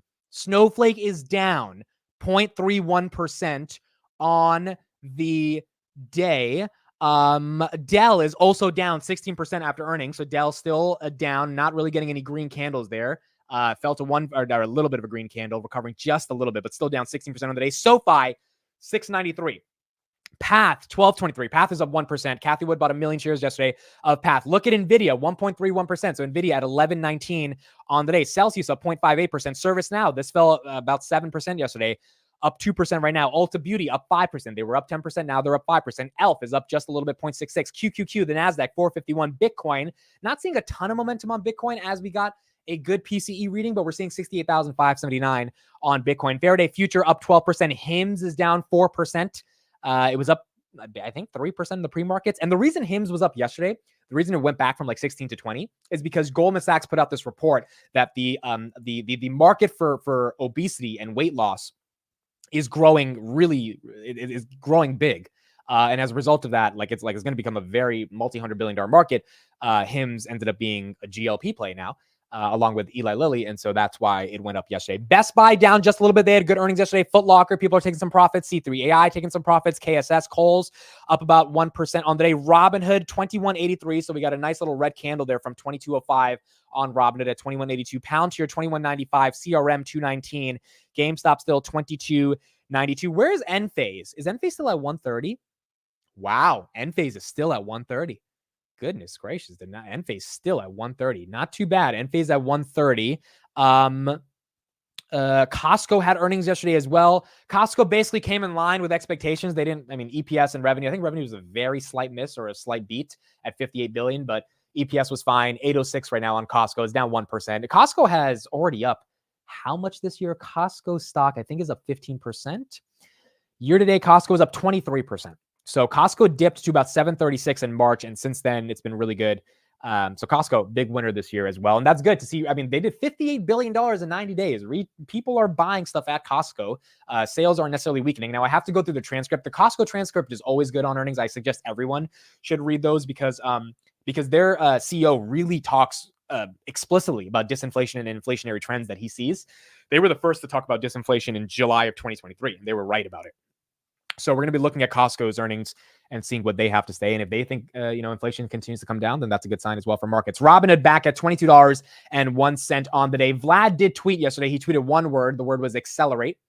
And so Vlad basically showing the momentum that says, look, we're here to stay and we're really thinking this is our year and we can capitalize on stuff. So Robinhood right here at $22, Palantir basically at 22 as well, $21.99 on the day. The new Palantir contract, if you're here for that in the title, you can go to the 26-minute portion of the stream and watch that section. But Palantir got an additional $33 million from the CDAO, which is the Chief Digital AI Office of the DoD yesterday, on top of the $153 million upfront that they got from the $480 million on the Army contract. And that was the new Palantir deal, which is why Palantir is showing some momentum as well. Michael Wilder, good morning. DJT is dropping. Okay, where's DJT? We got DJT now. Yeah, it's red. Wow, down 5%. Trump is red. We got Trump red right here now. So it was green. It was green in the morning, or green right at the open as well. So now we're seeing a red move on Trump. Let's go to the semis names. We haven't looked at semis. Let's see what's happening there. And then we'll go to SAS. So on semis, we have majority red except Nvidia, AMD 165, SMCI below 800, Intel's red, ON is red, ASML's up a little bit, Broadcom's red, Qualcomm's green, and then TSM's down, Marvell's down, ARM's down, and Lam Research down. The fact that ARM is holding a $124 billion market cap and has held that for the majority of the year, incredible. I mean, absolutely incredible. I mean, and again, is it overvalued? Yes, but I think the market just feels Nvidia's earnings are so phenomenal, and as a result of that, ARM's chips are going to be so integral that the premium you're paying really doesn't matter because you cannot miss something like this. And fund managers that are underweight Nvidia probably get a little bit more overweight ARM, and that's why that sector is doing well. Or that stock in this sector is doing well. Let's look at the SaaS names, then we'll go to the crypto. SaaS is relatively green. So Mongo's red, Adobe's red, Team is red, Oracle's red, Confluent's red, Snowflake's red, Datadog's red. Palantir's up, CRM is up, ServiceNow, Cloudflare, CrowdStrike, Zscaler, Intuit, and Twilio are up. So a little mixed on SaaS, but not all of them are red the way they were before. TJ is coming on today. Yes, TJ is coming on at 9:45. So in about 10 minutes, we got a lot to talk about with options. He ended up buying 1,000 shares of Path at $13. So we're going to talk about strategy. Also, we have a lot of collateral expiring today on Shopify. So where is Shopify right now? We're probably underwater on the $60 puts. 58. Okay, so we wrote a bunch of puts for 58, which I think will probably close out today and out of the money. But the 60 ones were definitely in the money, and we're likely going to have to roll those. So we'll talk about all that when we get started. We'll probably close out the Robinhood puts as well. Because Robinhood went up, so probably take the premiums off the table for that one. But some of them we might leave. Some of them are like $17 expiring in another couple weeks, and I don't think Robinhood goes that low, so probably let those play out. Robinhood right here, 22.06 right now. Palantir 21 at 91. Snowflake now just went green, 141. Dell is down 17% at $140 right now on the day. Amit, you need to get a dictionary that shows what syllables are stressed or unstressed. You can't just make it up or otherwise just guess. That's a good point. I should probably get a dictionary or a thesaurus that helps me understand how to pronounce the syllables in certain words. You're definitely right on that. Okay, so what else was I going to show? So let me pull this up real quick. We talked about Nvidia. We talked about everything going on with Trump. We talked about the OpenAI scandal yesterday. That was a hell of a scandal. I played the clip where they're explaining why Sam Altman ultimately was fired. And so whether you believe her or not, that is a little bit of controversy as well that's going on within OpenAI. Okay, so let me pull this up right here. This is another thing I wanted to show. Yes, here we go. This is what I was going to pull up. So here in the context of what we're looking at for Salesforce, I wanted to get a little bit of coverage on what's going on in the broader software lens. So let me pull this up real quick. Here's Dan Ives talking a bit more about what's happening with Salesforce and what he sees going on in the broader software sector. And then we'll keep going from there. He also did say yesterday, again, he gave a 30-second shout out to Palantir on Yahoo Finance. He was like, look, they're the most underrated AI play. And so that's why he's excited about them. Here's his take on Salesforce. But they're in between two growth waves because the AI-driven growth, what I view as the renaissance of growth for CRM, that's still 9, 12 months away. So what's happening is you're seeing some disruption on larger deals. But in my opinion, it's a bump in the road. Because you'll see the overreaction like you're seeing on the sell-off. Remember, we saw the same thing with Palo Alto down 30%. Look what's happened in that recovery. I believe it's conservative bar. They basically cleared the deck for next quarter. And if Who bought the Salesforce dip? I see some people in the chat. Let me know in the chat if you bought the Salesforce dip. you looked up sandbagged guidance, you'd see this quarter coming up. So there's a bump and then there's sort of a plateau, right? I mean, 9 months is a long time potentially for investors to be patient when they're looking at a payoff that isn't coming till next year, maybe even the year after. And it seems like today there's not a lot of patience baked in. Yeah, no doubt. Look, patience wears thin because you have the haves and have-nots. You got the godfather of AI, Jensen, Nvidia in the left lane. Do you bet on that and just pay up? Or any sort of sniff of any negative news, Workday, Salesforce, we've seen across the board, you're going to see this happen. But in my opinion, you're talking about a gold standard tech play, one of the best installed base in the world, AI on the doorstep. With a ton of data. Growth coming back. Path is up 4%. Yeah, we're looking at Path right now. Path is 1261. Path is up 4% on the day. And we'll call it 10%. Now they've cleared the decks. To me, it's a table pounder moment in Salesforce. But like we see many from an analyst perspective or investors, they're going to hit the elevators in this type of environment. But to me, it's the time to really own a gold standard name. Do you think, listen, Mark Benioff, veteran, tested, been in the game, I don't know, what, 20, 25 Mount years? Rushmore Okay, Mount CEOs. Rushmore. When you see a stock crater like this, though, Dan, it's not unreasonable, probably for some investors to say, okay, look at that. It's nosediving. Is he still the right guy for this job as they make this transition you're talking about? I mean, you're talking in that Mount Rushmore. I mean, you got Jensen, Cook. I put Benioff, McDermott. I mean, so the point is, if he's flying the plane, I'm in 3A, feeling really comfortable watching Netflix. And the point is, this is a situation where they have it all in front of them. And I just view this as it's a speed bump, not the start of a structural decline. I think we sit here 6-9 months from now, and this is potentially a historical buying opportunity for Salesforce. So Dan's either going to be right or wrong. Let me know in the chat what you guys think. Dan is either going to be right or wrong of this, and I don't fully understand it yet. If he's going to be right or wrong, but Salesforce down 20%, wiped out $50 billion in market cap. And part of the reason was because maybe the market's scared about their AI offerings. Dan saying the market's overreacting. CRM is up 2.28% on the day. Path is up 5% on the day right now at 1267, rebounding from 1189 right now. I just want to press you on this a little bit more. Okay, so let's take your plane analogy.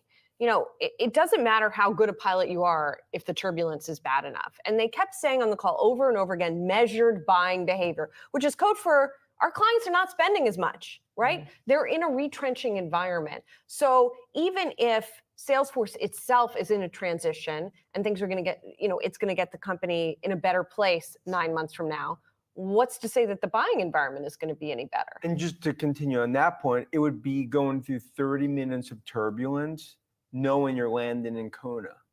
Okay, so the point, my view is that, dude, Dan is Dan, bro.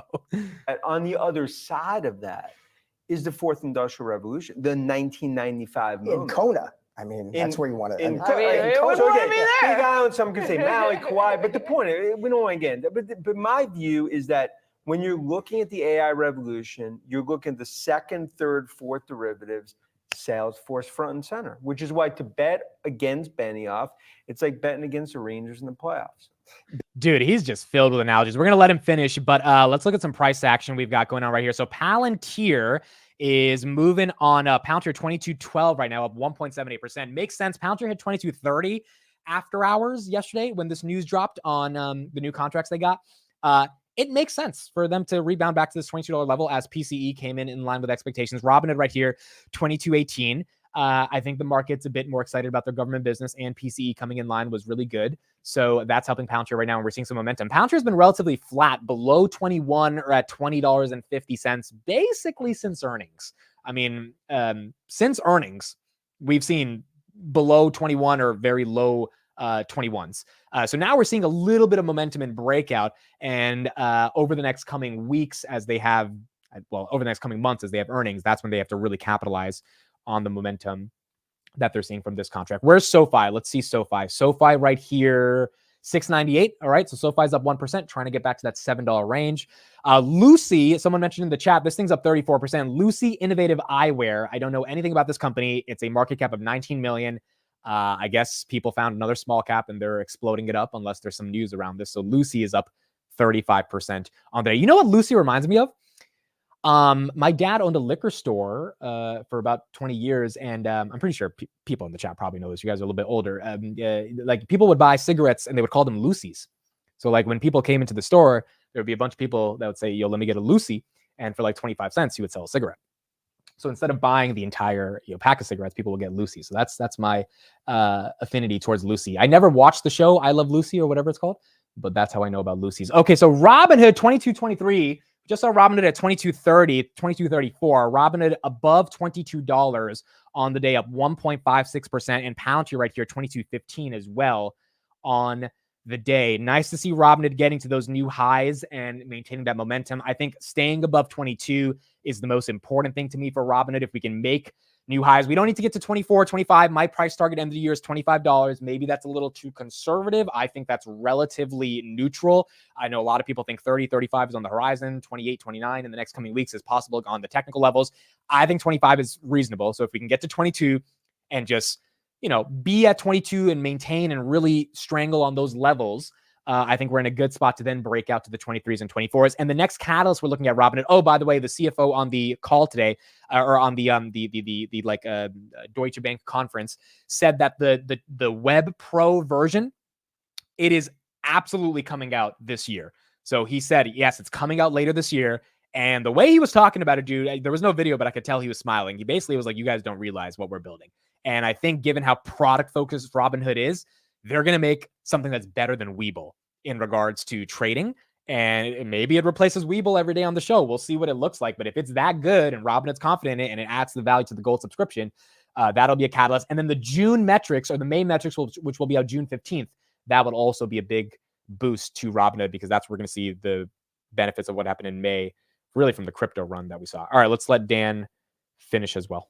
Benioff, he did have those activists circling, right? But he gets to work, he gets religion. Where do you see margins headed from here? I think that's it. Free cash flow is increasing. So you look at margins are actually upticking, that they raise guidance from an EPS perspective.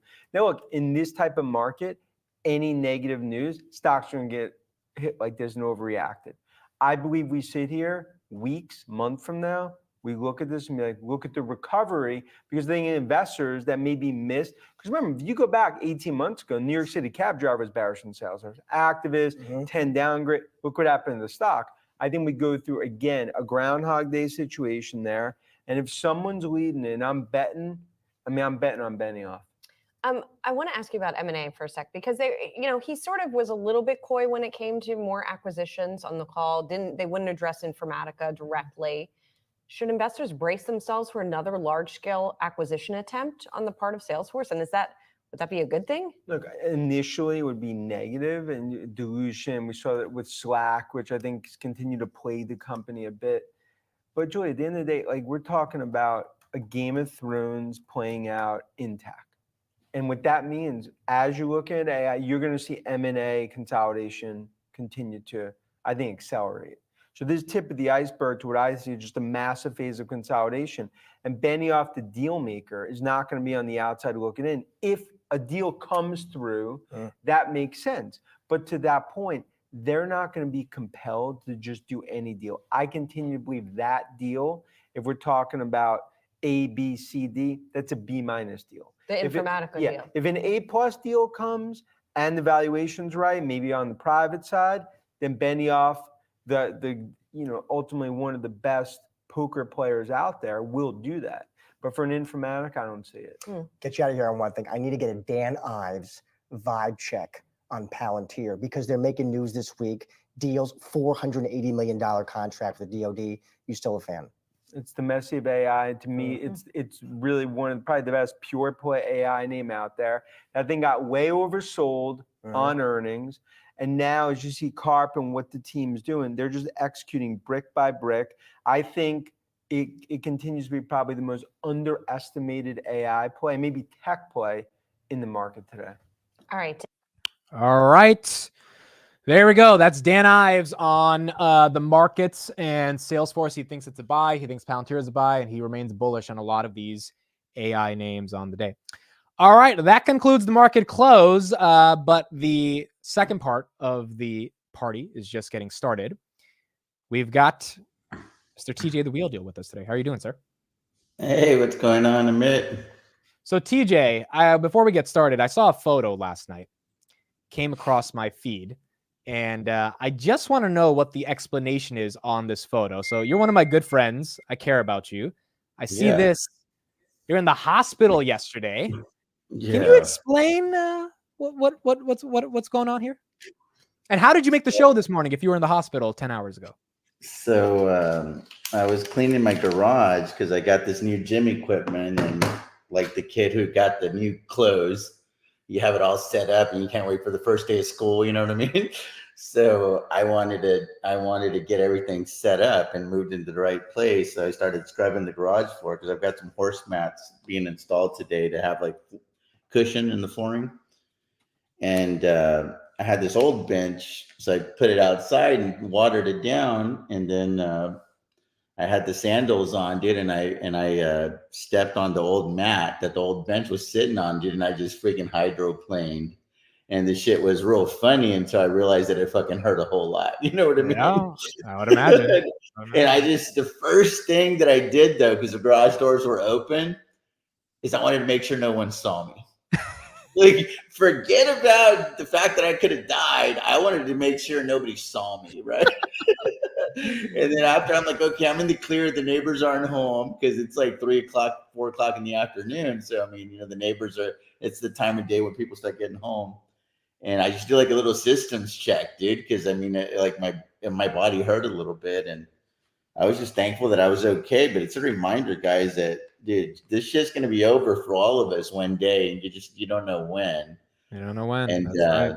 dude, I would be lying if I didn't tell you. I started calculating all the millions that this other new motherfucker's gonna enjoy coming into my house, banging my wife. That's the kind of shit that goes through your head at the very end, bro. Like, I gotta go see Dr. Phil today. You know what I'm saying? I was like, this motherfucker, I'm angry at some guy that might not even exist right now. So, all right. Well, we're happy you're healthy and we're happy you're alive. So that's yeah. But it was cool, man. They had to do an X-ray on my skull to make sure there wasn't a fracture. Yeah. And they said that potentially concussions, like it could take a while and whatnot. And I was like, dude, I got a hard noggin, bro. I think I'm good. But I'm sore, dude. Like my neck is like legit sore right now. Dude, I texted you at 4 a.m. your time and you were awake. And I was just like, how is this guy awake right now? Wait, what time did you get out of the hospital? I take my job seriously. I'm like low key when I go on YouTube and stuff. But I mean, I take my career very seriously. When did you get out of the hospital? Like 12 a.m. midnight? No, dude, it was, we were there quick, dude. My father-in-law actually knows the CEO. So Okay. he called in and he was like, hey, my son-in-law's at it again. So as soon as we got in there, they're like all expecting me and shit, and they put us to the front of the line. Just a real quick X-ray. They didn't want to do a CAT scan. They wanted to do anything premature. Yeah. And just a quick X-ray confirmed what I felt like I already knew, that I was just gonna have a freaking headache for a while. And I was thankful to be out of there and with you guys. And let's get rocking and rolling. Did you want to start with the scoreboard or what? Yeah, let's pull up the sheet. We got a lot of options expiring today, so we got to discuss. So this is a scoreboard. I changed it to make it faster. So this is where we're at. This is net premiums collected. We're at 19,525. The total open collateral on expiring options is 370,750. But now we took ownership of shares because I thought it was a good idea to buy the dip on path. So now we're sitting at negative 700 on the shares because I can't pick a bottom to save my life. That's why I sell cash secure puts typically. But so this is premium. This is 5.2%. 5% of 370 is 19. And that's in about 6 weeks, which is not too bad. Yeah. 5% of the money and in 6 weeks, not being bad. relatively, I mean, compared to what I do, very conservatively, this number would be at about 30,000 if I was just doing it without having to right. Right. I'm the one who's being too scared right now. So we're yeah, but it's because it's a learning curve for you. And I think that you're just not comfortable with the prospects of being wrong, if you will. Yeah. Whereas I am like, once I am decided that this is the stock, did a dollar here, a dollar there, dude. What's 1,000 amongst friends? Like it's that kind of attitude because I'm in it for the long haul. And I know that if I can take ownership of these shares, if I do believe that they're going up and to the right, like let's just say that I'm not that bullish on Path, which I'm not. This was just a scalp that isn't going in our favor so far. I don't give a shit if it's 13, 14, or 12 if I'm trying to write it up to 30. Yeah. You know what I mean? 100%. 100%. Like, I don't care about that stuff. But if you're like, just you want to be right, that's cool. I want to be rich. Yeah. You know what I mean? Like that. I don't have time to try to sit there and try to pick the bottom all the time. But let's get into the real scoreboard and talk about what's really going on. Dude, you got a bunch of options expiring in your mid. We got 57 puts on Shop that are at 96%. So we already know what the book says. We've got 58 puts on Shopify, 20 of those expiring for 531. And then we do have 10 puts at 60 that are expiring in the money. So you got some decisions to make. So let's start off with the easy ones. Let's definitely close these. We're up 90. So just to explain to people, we wrote a contract that Shopify would not be $57 by today, May 31st. Correct. 20 of those contracts, and we've collected 90% of the premium or 96% of the premium, which means there's no point to wait another 5 hours if Shopify collapses to collect all of it. So we can buy it to close right now. Yeah. So essentially go here. It's 20 contracts, right? Yep. So 20 contracts. And then we want to fight a little bit for the money. So we can do it real quick at 5 cents, but we'll try to get it done at 4 cents and we'll just let it stew a little bit and see what happens. So we're giving back 80. We're releasing 114 of collateral. I think we collected like 1,200 here or something like that. 2,000. 2,000. Yeah. All right. Not bad. So we made a $2,000 gain there. So you'll see it right there. We collected 2,040 and we gave back 80. Okay. So then now what I do is I go over to Project X and then I just subtract $80 from there. That's how I keep up with the scoreboard real quick, right? Every transaction. So 19,525 minus 80. So I love how you're using a physical calculator. I love it. You're a real accountant here. I love it. It sounds like it's ASMR when you click it. It sounds like you're. Really... It's real simple. But so there's that one, and then I'll put it on the wheel tracker here in a second. But just to keep the program going today for the guys. Okay, so let's do 58. We're up 89% on that. So we collected 2,480, we collected 2,500. We're gonna have to pay back about 260 right now. So what happened is this was kind of like you wanted to go to the Texas Roadhouse last week, right? And you wanted to put them on the rolls or whatever. And we collected 1,220 on the rolls. So this is already the second trade on this one. And that's how that shows up. So this average credit, whenever there's a roll involved, guys, this is a real good teaching segment for you guys. This average credit isn't accurate. That's why you need to really take into account how much money you legitimately collected. So that's why we have to roll the tape, right? So we'll go here and we'll have to follow the trade. We'll have to follow the trade because those are $58 puts, correct? Yep.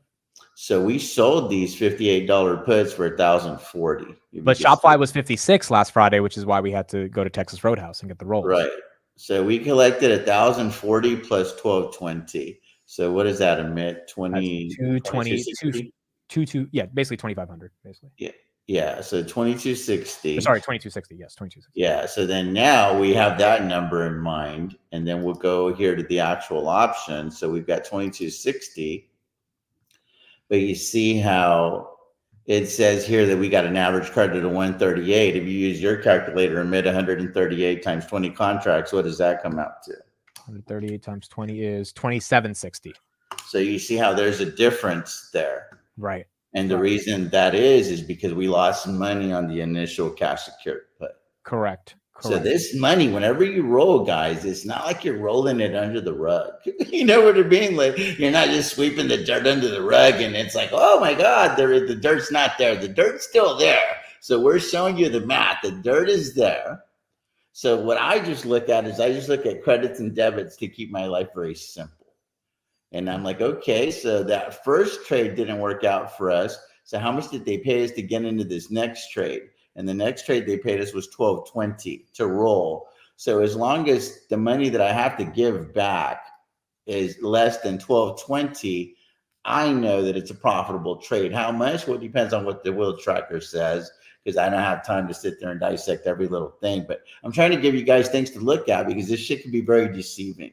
Right. Because if you just look at that at face value, they're like, "Ooh, I'm good," and I'm like, "Here we're good, but we're not really, really, really good, because there's a loss that we're making up for being wrong. So it would have been right. We wouldn't have to go to the roadhouse to begin with." Correct. Correct. So there's that. So let's go ahead and close that out as well. I don't think there's a reason to have it on anymore, to be honest with you. And then let's just be greedy. Let's try to get that extra dollar. So we'll give back 220 to free up 116, and that's another winning trade. Hopefully we'll get it filled. There it is. All right. So we gave back, what was that? 11 times 20. So we gave back 220. So I won't bother you guys with that. So that'll be 19,225. I'm just adjusting the scoreboard. So Yep. No, that makes sense. Now the next that's one where we're at. That's where we're at. But then now you got, how do you feel about Shopify now? Do you want to own these shares because you've already got a built-in cushion? Do you want to go ahead and take ownership of these shares at 60, or do you want to go take these to the Texas Roadhouse? And this is where you got to start asking yourself, Amit, is do you want to be a put seller or do you want to be a wheeler? That's the big differentiation between people that make a lot of money wheeling and people that make decent money put selling. Because when you put sell, the only thing that you're going to make is the premium. That's it. We've already demonstrated it several times on this podcast. Yeah. There's no more upside aside from the premium that they paid you up front. If you want to go after the bigger money, you have to be willing to own these shares. So the question becomes, Amit, how do you feel about Shopify at $60, considering that you already have this margin of safety built in with this ticker, because we've already won a couple of these trades that we've gotten away with. So let me see if we're up or down on this one, if we're losing this one or not. Are you talking about like the break even and stuff? Yeah, no, just scroll down. Yeah, on this one. Yeah, the break even is $58. We're up on this one still, right? This is a Goldilocks scenario for you. That's why I wanted to talk to you Dude, about. I'd rather put the money somewhere else. I don't really give a fuck about Shopify, to be honest. Like, I don't care that much. So I'm ready to take the win and let's put it into something more fun, to be honest. So here's the question, though. Is it just because you just can't get behind the company because they're talking about building $100 million or 100-year company, right? That was what the CEO was saying on the last earnings report. Or is it just because you're still not convinced on the valuation and the entry point? Like that's where you have to be with your DD, just to be honest with yourself. No, I agree. So yes to both of those things. The third thing is I just don't personally care enough about looking at the updates every day on Shopify. I just don't care. And that's like got to be the number one thing, right? If you want to own the shares. Number 4, though, is if the consumer, we talked about this on Finance Junkies last night, is slowing down a bit, e-commerce is going to slow down naturally across the board, right? We're going to see that happen in 2025 if some of these stores like Target are showing weaker consumer sales. I don't think that's a general trend yet, but if I'm wrong on that, and that is a general trend, Shopify's numbers are not going to be the numbers they were this year. Like Black Friday next year is not going to be as good as it was last year. So if I think the consumer is getting weaker, they're definitely not going to be buying stuff on Shopify if they're not buying stuff on Amazon. And so that could be weakness. But in general, the number one reason is I just don't care enough about Shopify. So yeah, so you see all those things are fair because you got to love what you own and you got to know what you own. Yeah. Because if you don't love it, and I'm not talking about like emotional, oh my God, let me put a ring on Shopify, but I'm just saying you got to love it enough to want to study it. You know what I mean? Like you have to be a student of this stock, and you have to learn trading patterns and the other things, not just the fundamentals of the actual stock. So I think we kick this can down the road 2 or 3 weeks, and then we're essentially trying to get it to where it'll expire out of the money, or we can close it for peanuts and lock in the win, and then we'll go on to a whole different stock. Or we can keep playing here, but we know that we're cash grabbing. Like now we can be honest with each other. I think we close it and we move on to a different stock. I mean, we made a good $5-6 grand from Shopify over the past couple of weeks. Yeah, but we're gonna give $1,240. So let me challenge you a little bit. Okay. What if we could push this thing down the road? Because again, we're only talking about $60,000 in capital. All right. And what if we can push this thing over here, lower our exposure, and we can go from 60 to say 58. Now Shopify becomes a little bit more compelling, and we take in yet another $700 in credit, and we took risk off the table. And now we only have $58,000 of exposure versus 60, and we're collecting credits versus giving back debits. I think that makes a lot of sense because Shopify is already down 20%, and so the idea that it stays above 58 is not the craziest idea for sure. Or you can go 59, be a little bit greedier, and you pick up $1,200. Those are the options, and these are the things that are going to separate the people that are getting 8, 9, 10% a year, right, versus the people that are getting 14, 15, 16% a year. Dude, it's all about portfolio management. Dude, you got to be a good capital allocator. That's there's so much nuance to what I do for a living, but people just look at a strike and they look at an expiration date, and I'm like, bro, like, you don't even know how to read the scoreboard yet. You know what would you do? This is where the game is played. How would you approach it? 58 or 59 for you? Yeah. So me, I'm going to go after the most amount of money. We're still, the market's cooling off a little bit, but Shopify has been performing pretty well at these levels. And I would go after the big money. So what's the delta over here on 59? It's a 45 delta. So that's obviously a lot riskier. If you want to sleep easy at night, turn this into a sleep well at night, then this is where you want to be. Right. This is the move right there. Because that's going to be about a 30 delta. Yeah, 39 delta. That's the move. And dude, at 58, it becomes very compelling. Yeah, I think 59 makes sense because the PCE came in good. I think over the next coming weeks, I think Shopify had its decline, which is the good part about this, that I don't think it goes down to 50. So the idea that it hovers between 60 and 59 over the next coming weeks, even if we have to keep rolling it, we're collecting a decent premium at that 59.60 strike. Right. So you can also just look at a week out too. Like if you don't want to be stuck for a long time, we could stay at 60 and pick up 720, or we can go from 60 to 59, pick up peanuts. We pick up 150, but you're taking $100 of risk off the table. So there's so many different ways to look at it. When's that critical data going to come out for the economy? So CPI is likely going to be on June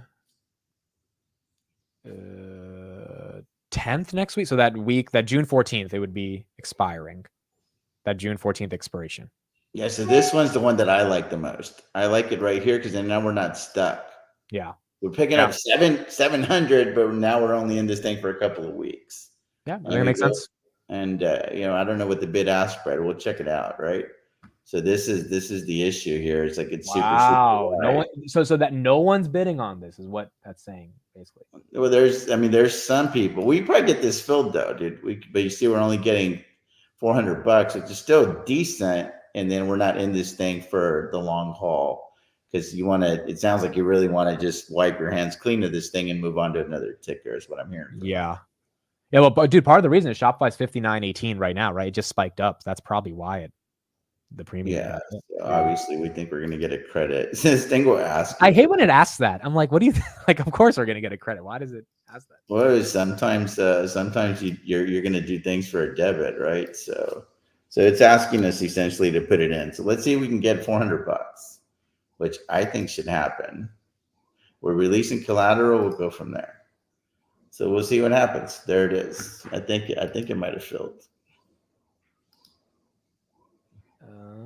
Yeah, there it is. It filled. Okay, cool. So you're good there. So we picked up another grand, and it should show up here. If I hit refresheroo real quickly.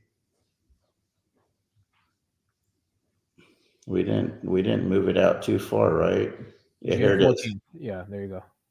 So you should see about a $400 credit here at the bottom. There it is.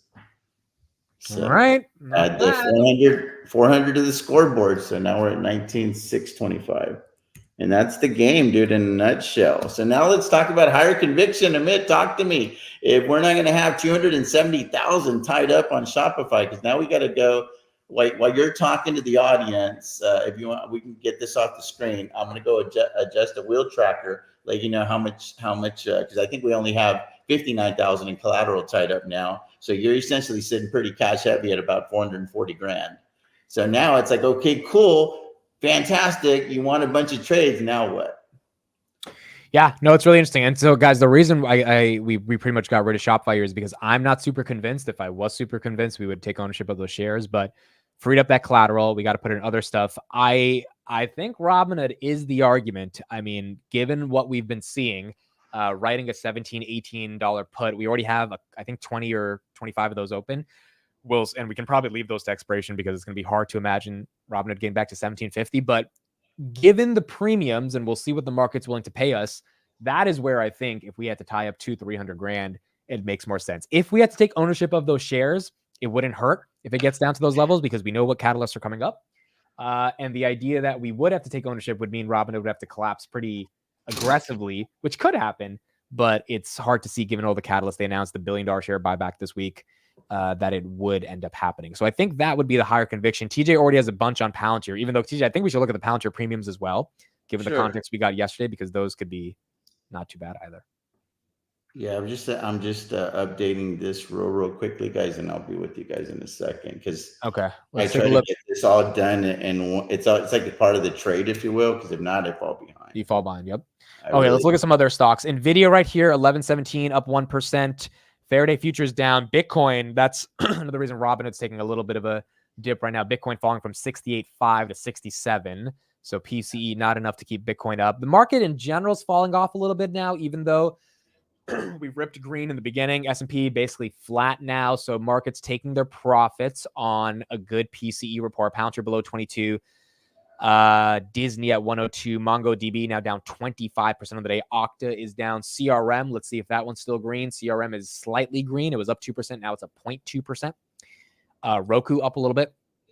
And then Path, after Robinhood, we'll talk about Path as well. Path is still at 1.28%, even though it was up 4% as well. Let us know in the chat if you bought Path or CRM. I know a lot of people said they bought CRM. Let us know if you bought Path.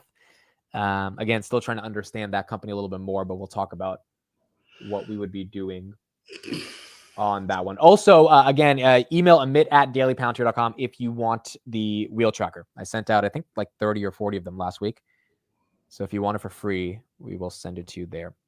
Chipotle at 3,000, and then T-Mobile here at 170. So we're updated, Amit. We're updated, my man. If you want to go here, we'll show the scoreboard on Shopify real quickly. So guys, this has been a very, very profitable campaign. These are all the trades. We started this on 4/12 and we're at 5/31. So about, what is that, 6 weeks, Amit, give or take? Yep.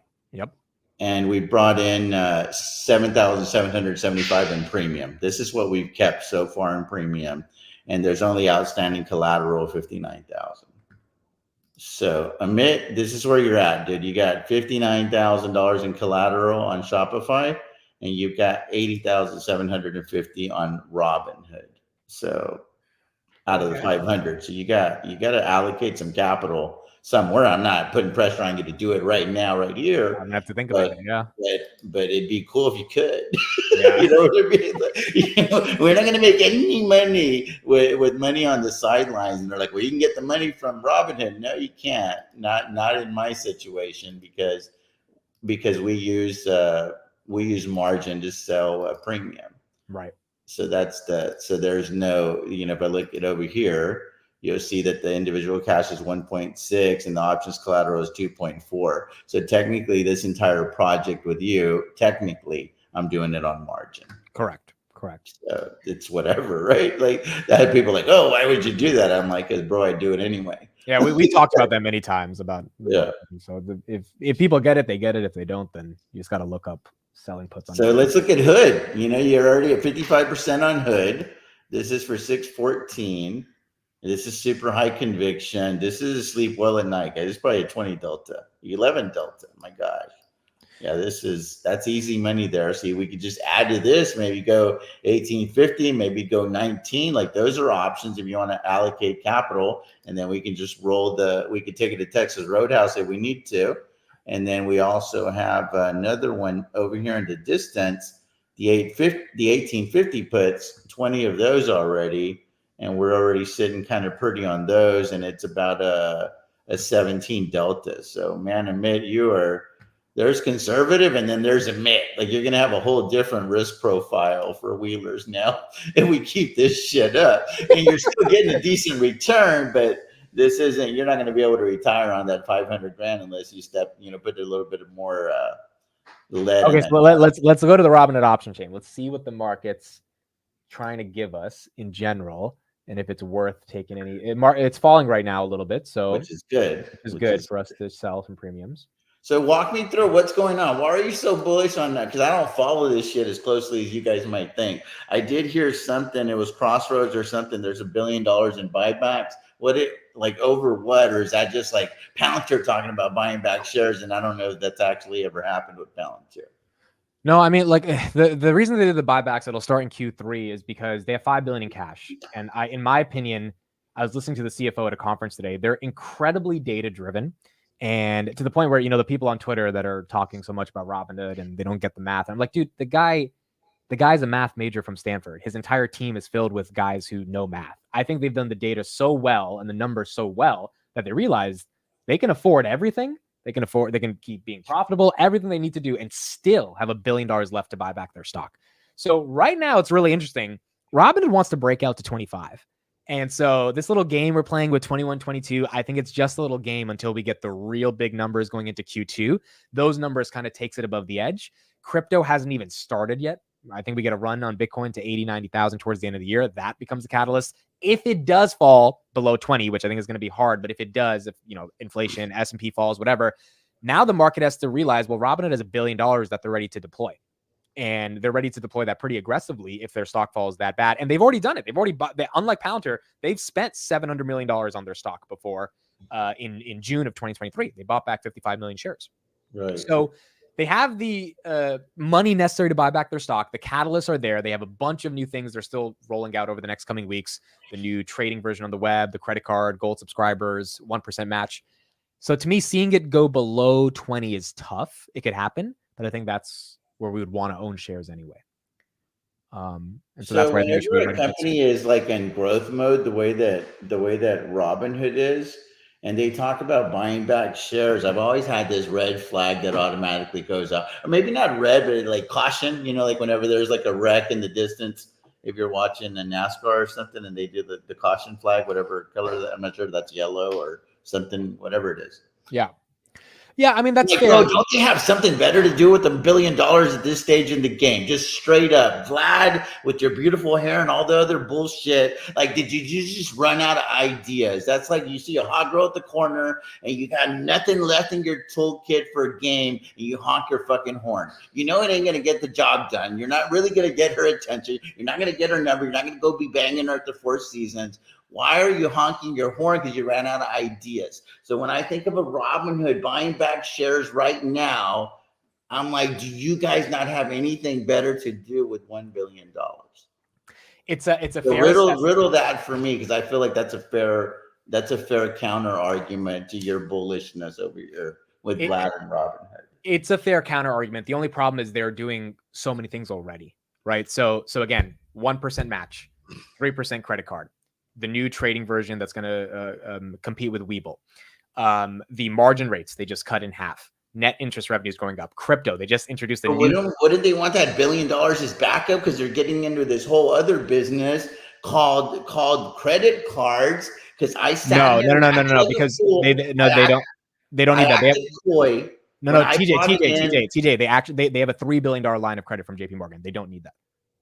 So, dude, I acted like I didn't know what Robinhood's responsibility was when Chris Patel was on this channel and we filled in for you guys on Finance Junkies. And I was like, no, it's just a brandy deal. And I'm like, bullshit, because I know somebody at BlackRock that told me that it isn't. But I didn't want to have that argument because I didn't have all my soldiers ready to go to war with Chris Patel in the debate. But I knew that Robinhood was on the hook for that credit card. Wouldn't they want as much capital as possible to potentially go into this other business, if you will, which is credit card? You're trying to be like SoFi. No, because they have $3 billion in line of credit from JP Morgan. And that's going to be enough.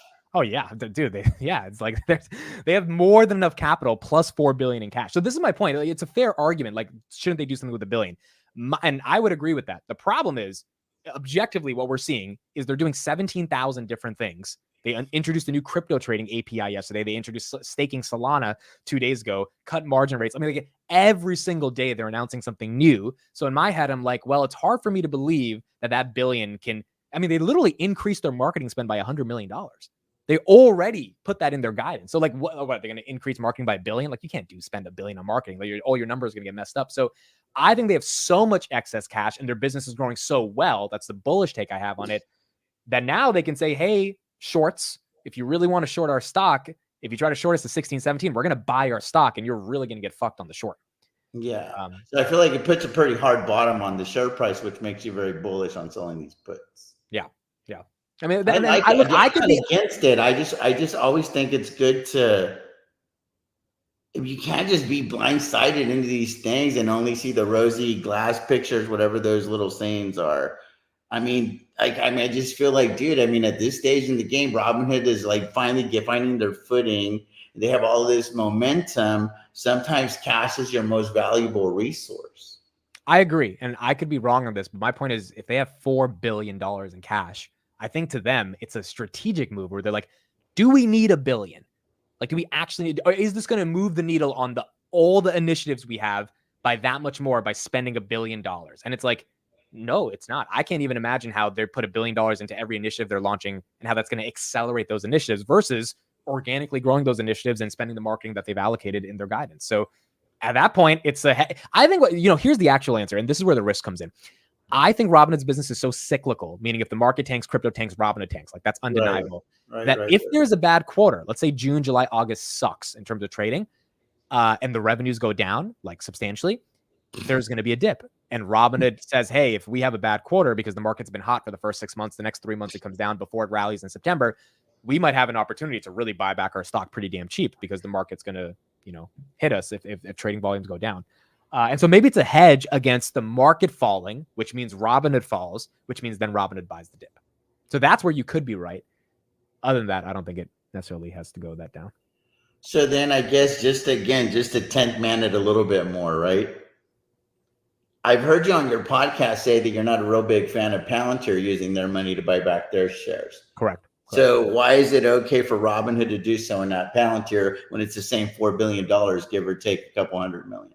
Yeah. So Robinhood's business is very cyclical, as I just mentioned. Palantir's is not. Palantir's at this point where if they can put $1 billion into boot camps, they can grow aggressively. And they're doing way more. I mean, they're doing 2.6 billion in revenue versus Robinhood's like 1.9 billion. So for them, they need to invest in sales and marketing because if they invest in sales and marketing, they can actually grow top line revenue. Robinhood's extra money they put into sales and marketing doesn't really matter if the market sucks. Like if the S&P was at 3,400, Robinhood's $8 stock. Like, Robinhood can't control the fact that the market goes up or down. Their business is contingent upon that, which is the argument I give to the bears that Robinhood's hard to hold as a long-term investment because it's very cyclical with the market. But as a catalyst for 2024, there's just too many catalysts, which is why it's on a growth curve. Palantir should be good, whether it's a bad market, good market, bear market, whatever, because they should be growing top line boot camps. They should put that money in. Second of all, Robinhood has 950 million shares outstanding. Palantir has 2.18 billion. So Palantir buying back their shares puts barely a dent in the float, whereas Robinhood would decrease it by almost 7%. Mm-hmm. So to me, I'm like, all right, so Palantir would decrease it maybe by 0.7%. Robinhood's doing it by close to 7%. Shareholder value would be accrued via those buybacks, whereas Palantir just needs to grow. Also, Palantir's not growing enough. They're a SaaS name. They're under 25%. They really need to grow. Robinhood's growing at 40% already. So the use of capital to me just makes more sense.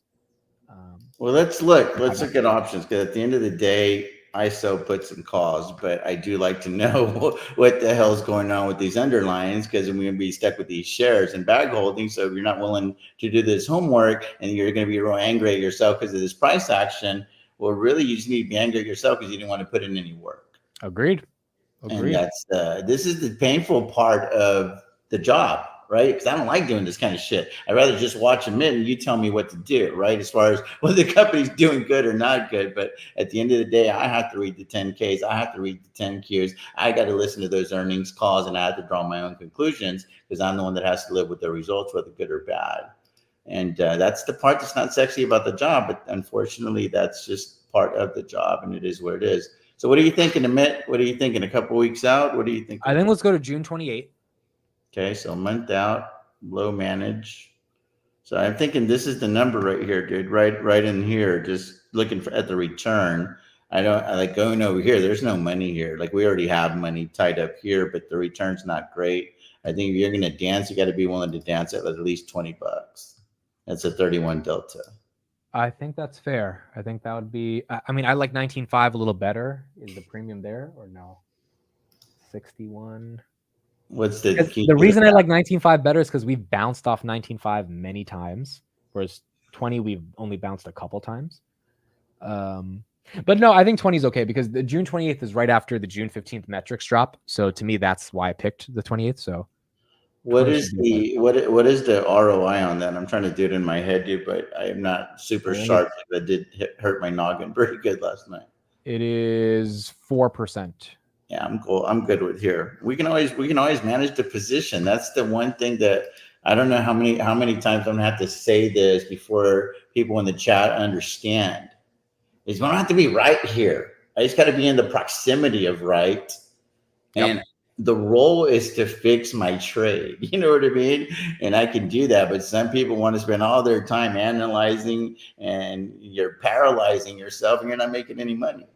I agree. So I go after the hefty premiums. And then if it works out, fantastic. I got a big fat ROI. If it doesn't, I manage to trade. It's really that simple. And then now when the conviction is a lot higher, because just I can hear on the tone of your voice, I'm challenging you, and it sounds like you're willing to put your life in front of the line in front of Vlad right now for fucking Hood.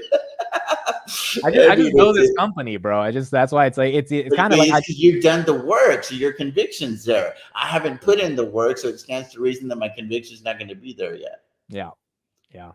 That's the reality of it. Dude, if you do your homework, you're confident to take the test. I mean, dude, Vlad tweeted one word yesterday: accelerate. You know, I know Noto's tweeting all this stuff but like you don't need a lot of tweets. You need one word from your founder, accelerate. That means he's in fucking go mode. That's what Vlad's thinking right now. And thankfully the stock is dropping 4% right now. So we should be getting a decent premium because of that. Yeah, it keeps getting better. Look at that. So I think they have a product roadmap. They know what the fuck they're doing. I really think the $1 billion buyback was from a position of strength. Dude, think about this, TJ.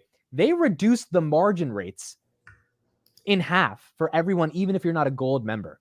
I mean, for them to say we're going to lose money on our margin interest by half because we know how many people are going to use it, I think they just have done the math and they pretty much know how this is going to play out. All right, so this one looks fun to me right here, Amit. That one looks fun, but I'd try to get 90 if we could. Oh, I think we could get 90, dude. It's falling right now. I think we can get 90. 89, yeah, 89 is safe. Come on, if I could type in 90. I feel like we go 90. Here. We try to get $9,000, bro, to tie up 200,000. That's a 4.5% return. But no, let's do 9.2. The bid just went up. Maybe, yeah, the bid's going up a little bit. I think we can squeeze some more out of this one. Oh yeah, man. You're like maybe like 94. Wow, 9.4. We're gonna get 9.4. Let's do it. Let's submit. Wow, hold on. They asked one to $1 now. All right, so let's see. I think 9.4 is fair. So we'll see. I think we're gonna have to go back to 92, but we'll let it stew. I'll take 90, just so y'all know, right? This is like a Chinese auction right now. So I'll take. Not trying to. Well, the good thing, dude, everything's falling. Today's a good day to buy puts now. It seems like everything's falling. Which is anyway, we'll let this do what it's gonna do. I'll go and put it back at 90 if we can't get it filled in it. But can we address this person that keeps touting NEO? Like I think they work for the Chinese Communist Party over there. I don't know what's going on with NEO. So shout out to curly-haired twin sisters. They are deep into NEO. Bro, I already got enough exposure to NEO. We got 500 puts at 450. Can we get off the NEO talk a little bit? And I'm already sitting on 50,000 shares at 487 with cover calls sitting at 750 for January 2025 because I don't want to mess with it because I think this is going to take a long time to play out, but I'm going after $250,000. That's how much I want to make off of NEO at these levels. So I'm already on that train. I already got a first class ticket. I think it's going to be okay, but there's a lot of risk because we don't even technically own these shares, bro. They're ADRs. They're American Depository Receipts. It's almost like admit not to to rain on your parade, but it's kind of like holding crypto in Robinhood. No, you're right. You're right. Now you're crypto. Yeah.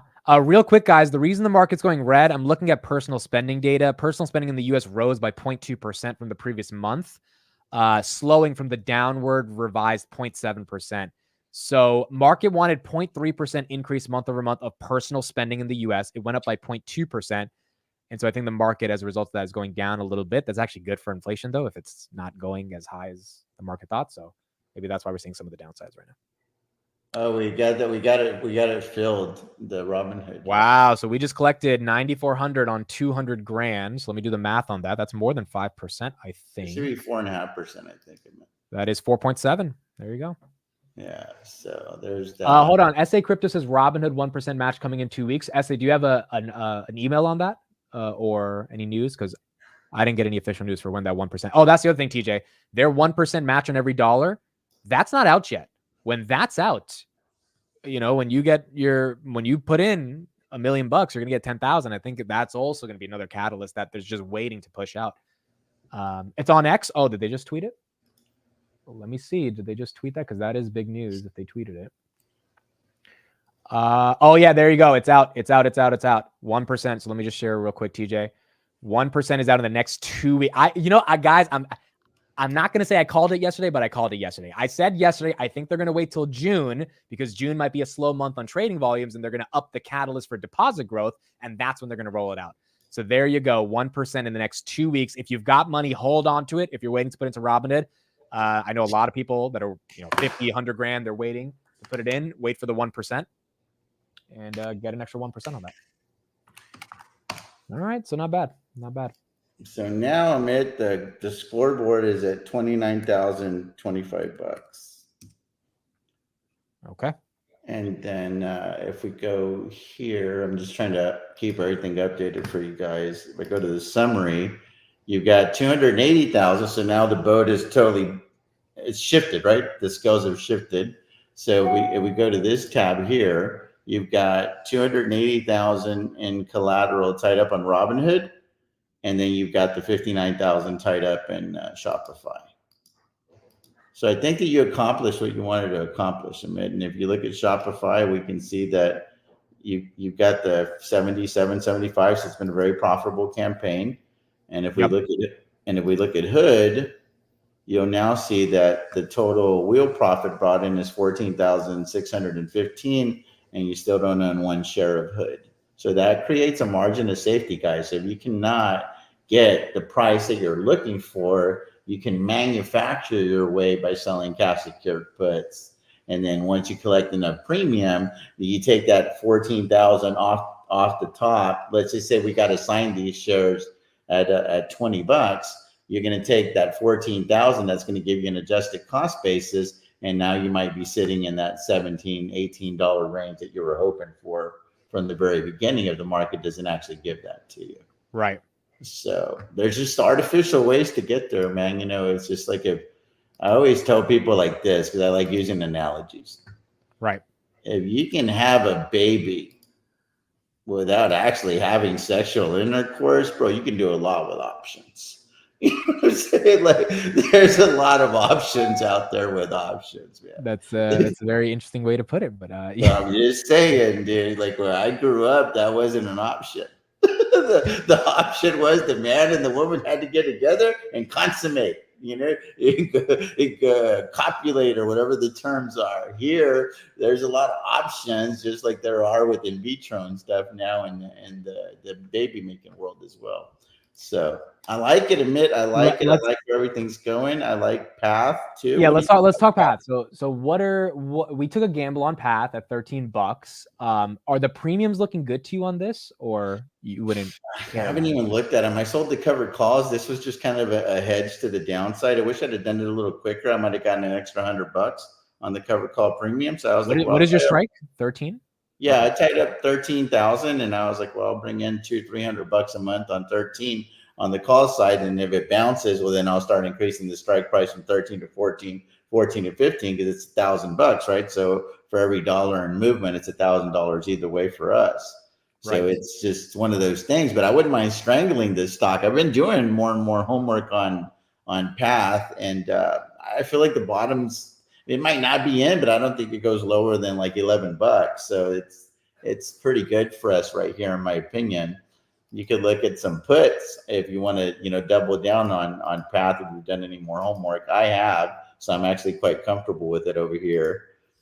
And there's nothing there. So this is one of those stocks that you have to be willing to own. Well, to own it, yeah. And try to ride it up to the upside. I'd be comfortable doing another 1,000 shares, dude, and then that puts us at like 1250, 1260, and then we sell the cover calls at 13, and now we're making a little bit of money on the capital appreciation as well. But that's me. That's that's not you, and this is your portion of the project. But that's the way that I would play it. Is I wanted to buy 2,500 shares. I just didn't want to buy them all at once. Right. And okay, so talk to me how you're managing Enphase, because that one's running up, which is good for you, right? Yeah, I haven't looked at Enphase, to be honest with you guys. I haven't looked at it because I have covered calls over here in the distance. You rolled those out at 127 for July. So I mean, I'm just kind of on sleep easy mode right now. Okay. And I picked up quite a bit of money, dude, on Enphase. So I think overall premiums you've collected is close to 6 figures on Enphase. Oh, way more. Yeah. So I picked up 23,000 and did a $116 call. This shit ran up immediately. And then I was like, okay, cool. I don't want to mess with that. Let me roll this. And I rolled it to July. So I picked up the 23 plus the 14. So about 37,000 or so. And that's where we stand. But we do have, the cost basis on Enphase is still 139, but my adjusted cost basis is like 112 or 113. So, so you're good manufacturer to win on Enphase. Yeah, there you go. And I want to leave it alone for a couple of weeks, and hopefully Enphase stays at these levels, and I'll milk the data decay over here on this particular option, because it's not much, but it's something. It's 11 cents right now. It escalates as you get closer to expiration. It's a 57 delta, so it's not quite a coin flip in my favor, but it's not an 80 delta either, so we're in there. We just got to wait and wait and wait. And last time I checked, I know, Finland, all this other stuff, but I always look at just the reality. Interest rates are still high. This company was net negative for the last quarter. I mean, these are the realities of the situation. Right. And I'm a very optimistic guy. I'm a perma bull, but I'm also not blinded by the facts. And the facts of the matter is Enphase is in a transitional situation right now, trying to deal with the macros, and they're trying to keep their margins high. They're not trying to pull a Tesla. We're just going to make a bunch of sales and lower our margins. Like, they haven't wanted to do that. And now they got into this contract with Finland. And I think we're going to be okay here. I love to keep these shares and keep collecting premium, but I do want to reduce my position from 11,000 to 5,000 shares, because that was the goal all along, to have 5,000 shares, and I want to reallocate. Okay, talk to me what you're doing with SoFi, and we'll end it off there. Yeah, SoFi. So SoFi, I have just got a bunch of shares that are underperforming the market. You guys can see right there, 150,300 at down 13% on that lot, and there's 6 strategies, 810 in collateral. All the shares for the most part are for sale. I've got cover calls expiring today at $8. So there was somebody dumb enough, I cannot believe it, dude, that paid us a lot of money. Dude, you got 14 grand for an $8 call today. That's wow. Someone actually bet that was going to happen. Interesting. Yeah, that's obviously not going to happen. So did that, and then I've got the $8 puts for January. I feel good about those. I got $7 puts for January, and then these are leaps that I bought: $10, $7, and $5. And these protect me, and that's why I'm able to sell very aggressive cover calls. So the next tranche is probably going to be at $7.50, because I want to maximize the return that I'm getting as far as the premiums. And I'm able to also do that because my average cost is $7.92. So I'm not really in the hole there either with the shares at that point. Right. So I'm trying to maximize the money that I bring through the door, because I can always manage the trade. And that is my aggressive strategy. If I could summarize it for you guys in one sentence, is I try to maximize the premium that I bring through the door, because I know that I can always manage the trade on the backside. Right. And I mean, I don't know, man. That's it in a nutshell. So, how do you feel about it? Did you feel good about transitioning from shop to hood? Because essentially, we just flip flop the money allocation. Yeah, I think it makes more sense, and I have more conviction. I'm able to understand when to get out of it, when to roll it. So, I think it's good. I think it makes sense. And then the rest of the money, maybe next week we'll look at Palantir and see if there's. So your Palantir is not being neglected here, dude. I've got 100 cash secured puts for 614 that are performing pretty well. It's just the premiums on Palantir aren't that good. Just to give you an idea, we just did Robinhood, and you saw how much money we collected, 94 cents, right? Yeah. I tied up this money for a little over 2 weeks, the same exact strike price, but only picked up 33 cents. So that right there is a real good indicator of the different calibers of company that we're talking about. Yeah. It means more people are willing to bet Robinhood takes a hit versus Palantir, which is why they're paying the premium for the put. Oh, it's because Palantir is just more stable at this point because they've got it was a Tuesday or Wednesday when that $500 million contract came in, just out of the blue, so to speak. Yeah. Yeah. And it's that's pretty awesome. You know what I mean? But we want to compare apples to apples. I'd be happy to put in more trades for you. And this doesn't have to be part of your allocation, Amit, but because I'm already in it. But dude, I'm all about Palantir. Like I can go on the record right here, right now, saying that I'm on a mission to try to make this the largest position in the portfolio. So I'm building towards that. I just don't know how to get there yet because 1750 is my target. I just don't know the market's ever going to give that to us again, unfortunately. But here's apples to apples, guys. 34 cents, bro, at $20 for the exact same expiration date, the exact same capital, and that shit matters to me. You can talk about different company, different this, different that. That's cool. That's the movie that you need to tell yourself to go to sleep at night. That's the story you need to tell yourself. What I need to tell myself is I could tie up 200 grand over here and only bring in $3,400, whereas I tied up the same 200 grand with Robinhood and brought in 9,600 or whatever it was. That's my reality.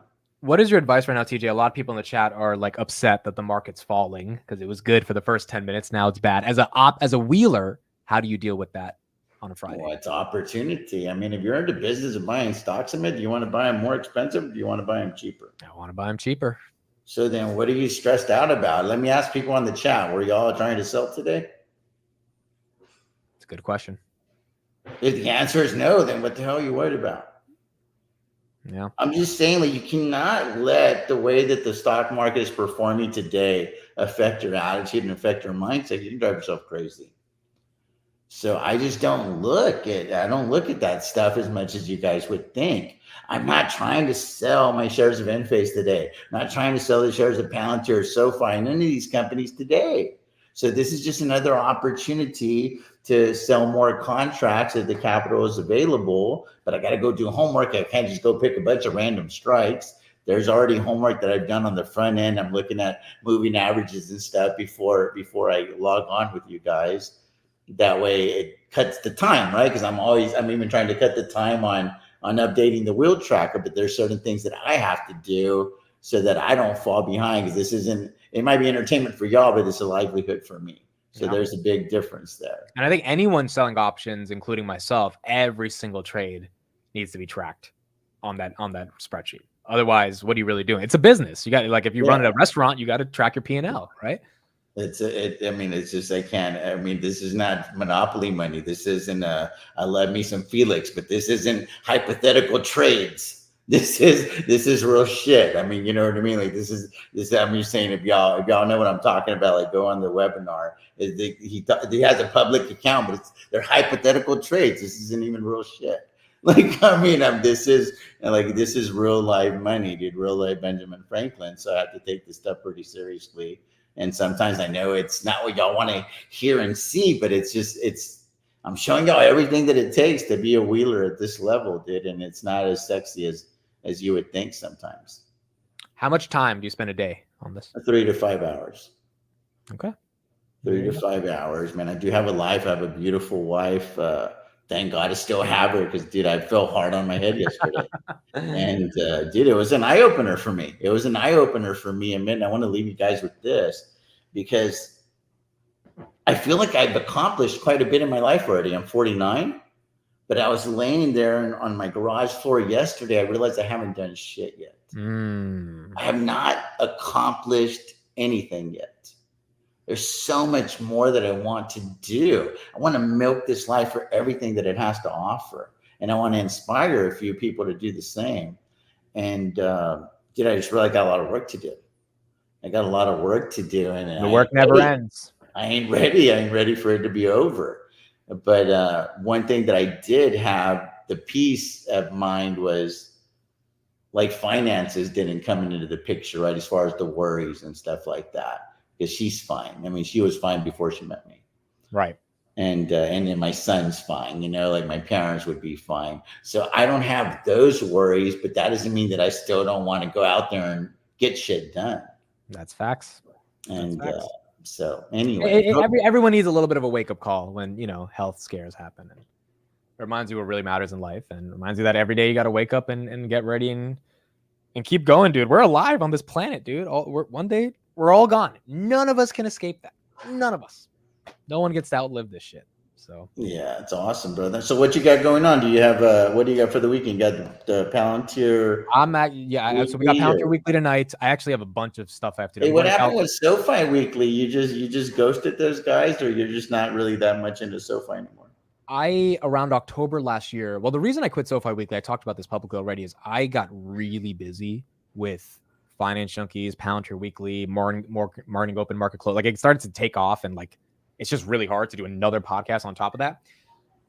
But the second reason also is I just started losing interest in SoFi as a company. Like, and I mean, those guys, Tanner has said this publicly as well. It's just hard to talk about a bank every single week, like with a lot of news. With Palantir, there's so much news, right? And Palantir is just a different company. It's a different animal. So there's so much news. Right. Like, I make a daily video on Palantir every day. With SoFi, there's just not a lot of news. And those guys admit it as well, right? That's why they talk about other fintech stocks as well.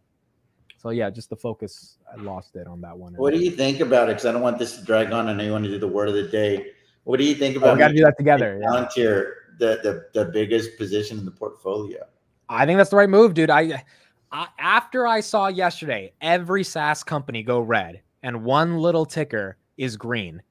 Yes, they got a big government deal, but at the end of the day, I mean, that government deal, do the analysts really care that much about it? I think it was more so like algorithms run this market. And I think the algorithms were like, this one, for some reason, is starting to be differentiated than the other ones.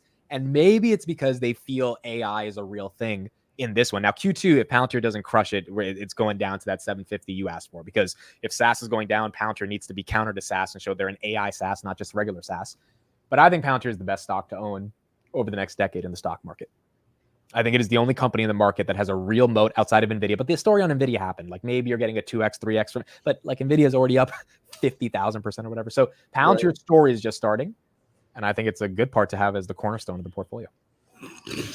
I hear you. You want to do the word of the day so we can bounce? Let's do it. Word of the day is backronym. Backronym. An existing word turned into an acronym by creating an apt phrase whose initial letters match the word as to help remember it or offer a theory of its origin.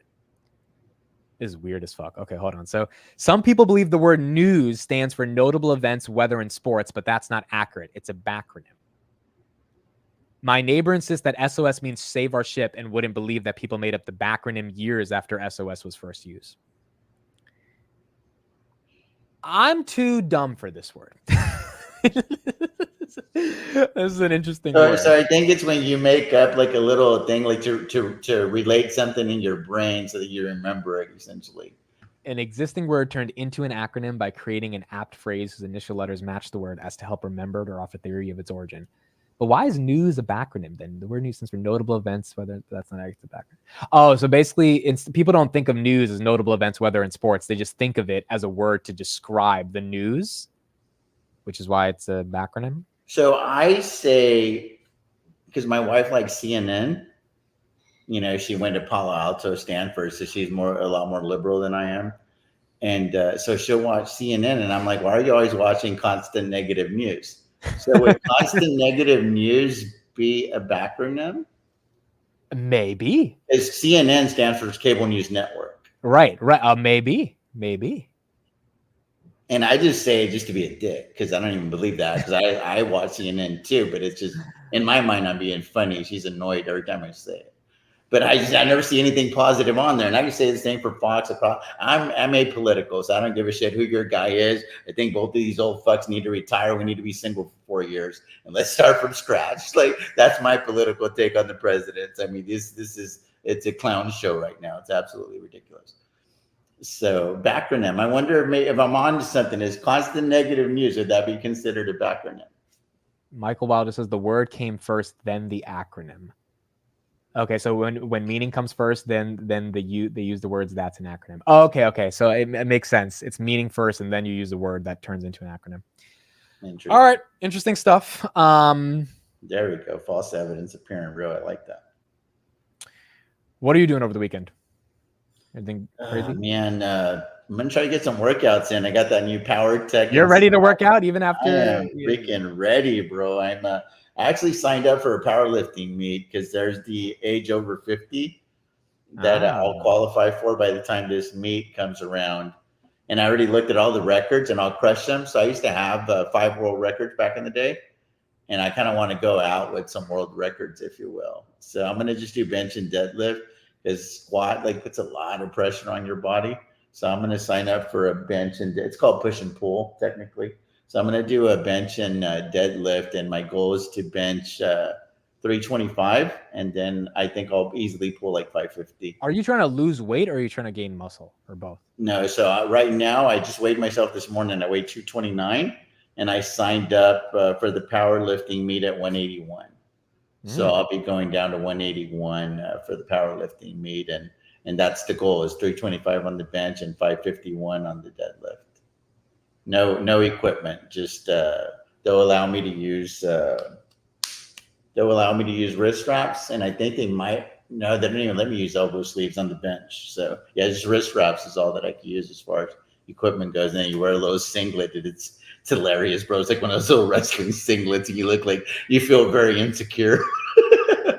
And you just sit there, and you can either lift the weight or you cannot. There's nobody there that can help you. So I'm training for that. I'm one of those guys that I need something to shoot for. If not, I just won't do it. I'm very competitive. Yeah. All right. I love it. Good stuff. I'll just talk to the stream and I'll end it off after you go, TJ. But thank you for being here. We're not going to do next Friday because I'm going to be flying back from California. So, or actually we might. I'll text you because I might be in the hotel still on Friday. So I'll text you. And we'll keep going from there. All right, brother. Y'all have a good one. All right, TJ. Have a good one. Bye. All right, guys. So, yeah, market is down right now, recovering just a little bit. We're going to end it off here. Just take one last look at the market. That was a hell of a word, right? Backronym. I did not know what that word or not. I never thought that would even be a word. But that is a word. Cypher says it means the word news existed first and people associated words to each letter.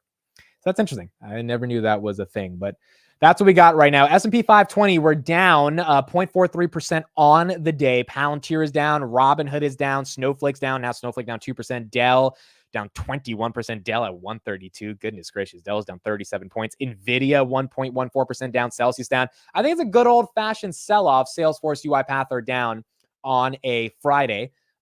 We tend to see sell-offs on a Friday. PCE data was good. It was not amazing, but it was not horrible. And as a result of that, yeah, we're going to get a red day. And honestly, dude, May has been pretty amazing for most stocks. So expecting a red day is not crazy. We'll see what happens in June. We're going to have CPI in June. If that comes in lower than expected, or at least in line like PCE, then markets should hopefully start to keep pricing in that rate cut. And I think we have a couple more earnings next week for some big companies like CrowdStrike. Once those earnings are done, then we have basically a month until we start earnings again in mid-July. And then we see what goes on. But yeah, I think this is people taking profits on a Friday. Doesn't seem anything that different than just that. And we'll see where the market ends up from there. Right now, S&P 520, QQQ, 446, DJT, Trump's ticker, that is down 5%. That was up 5%. So as you can see, markets did well as soon as the market opened. And then people realized, well, PCE wasn't amazing. And, you know, it's a long week, or not a long weekend, but it's a Friday. We might as well take some profits. This is probably a dip, I think, likely gets bought if you even want to call this a dip over the coming weeks. And we'll see how it plays out next week as well. All right, cool. So that's it for me. So yeah, well, we have Palantir Weekly tonight, and we will not have the market open on Monday and Tuesday. Likely we'll have it on Wednesday. Thursday we won't have it, and Friday we probably will have it, but that'll be a game time decision. So next week, and also the market close not on those days as well. So next week's going to be a little bit of an empty week for me in terms of the live streams. Probably and the daily Palantir episodes. I'm gonna have to see. We'll see how we figure it out. But yeah, it's gonna be a little empty for me. I hate doing it, but trust me, the reason we're going to California is something you guys are really gonna enjoy. So I think not doing the streams will be it'll be made up for, and you guys will see next week what's gonna happen. So it'll be some fun stuff. Thank you everybody for being here. Appreciate it. I'll see you guys on Palantir Weekly if you join 11 p.m. tonight. If not, have a great weekend. I'll be back for the market close as well, 3:45. And we'll see you next week with some interesting stuff that is going to be happening. Thank you, everybody. Appreciate it. Hope you guys enjoyed. I think Finance Junkies will still happen throughout the week. I'm pretty sure those guys will do it. And so that show will still be on. I'll see you guys. Market close, Palantir Weekly tonight. If not, have a great weekend and see you later next week. Bye, everyone. Have a good one.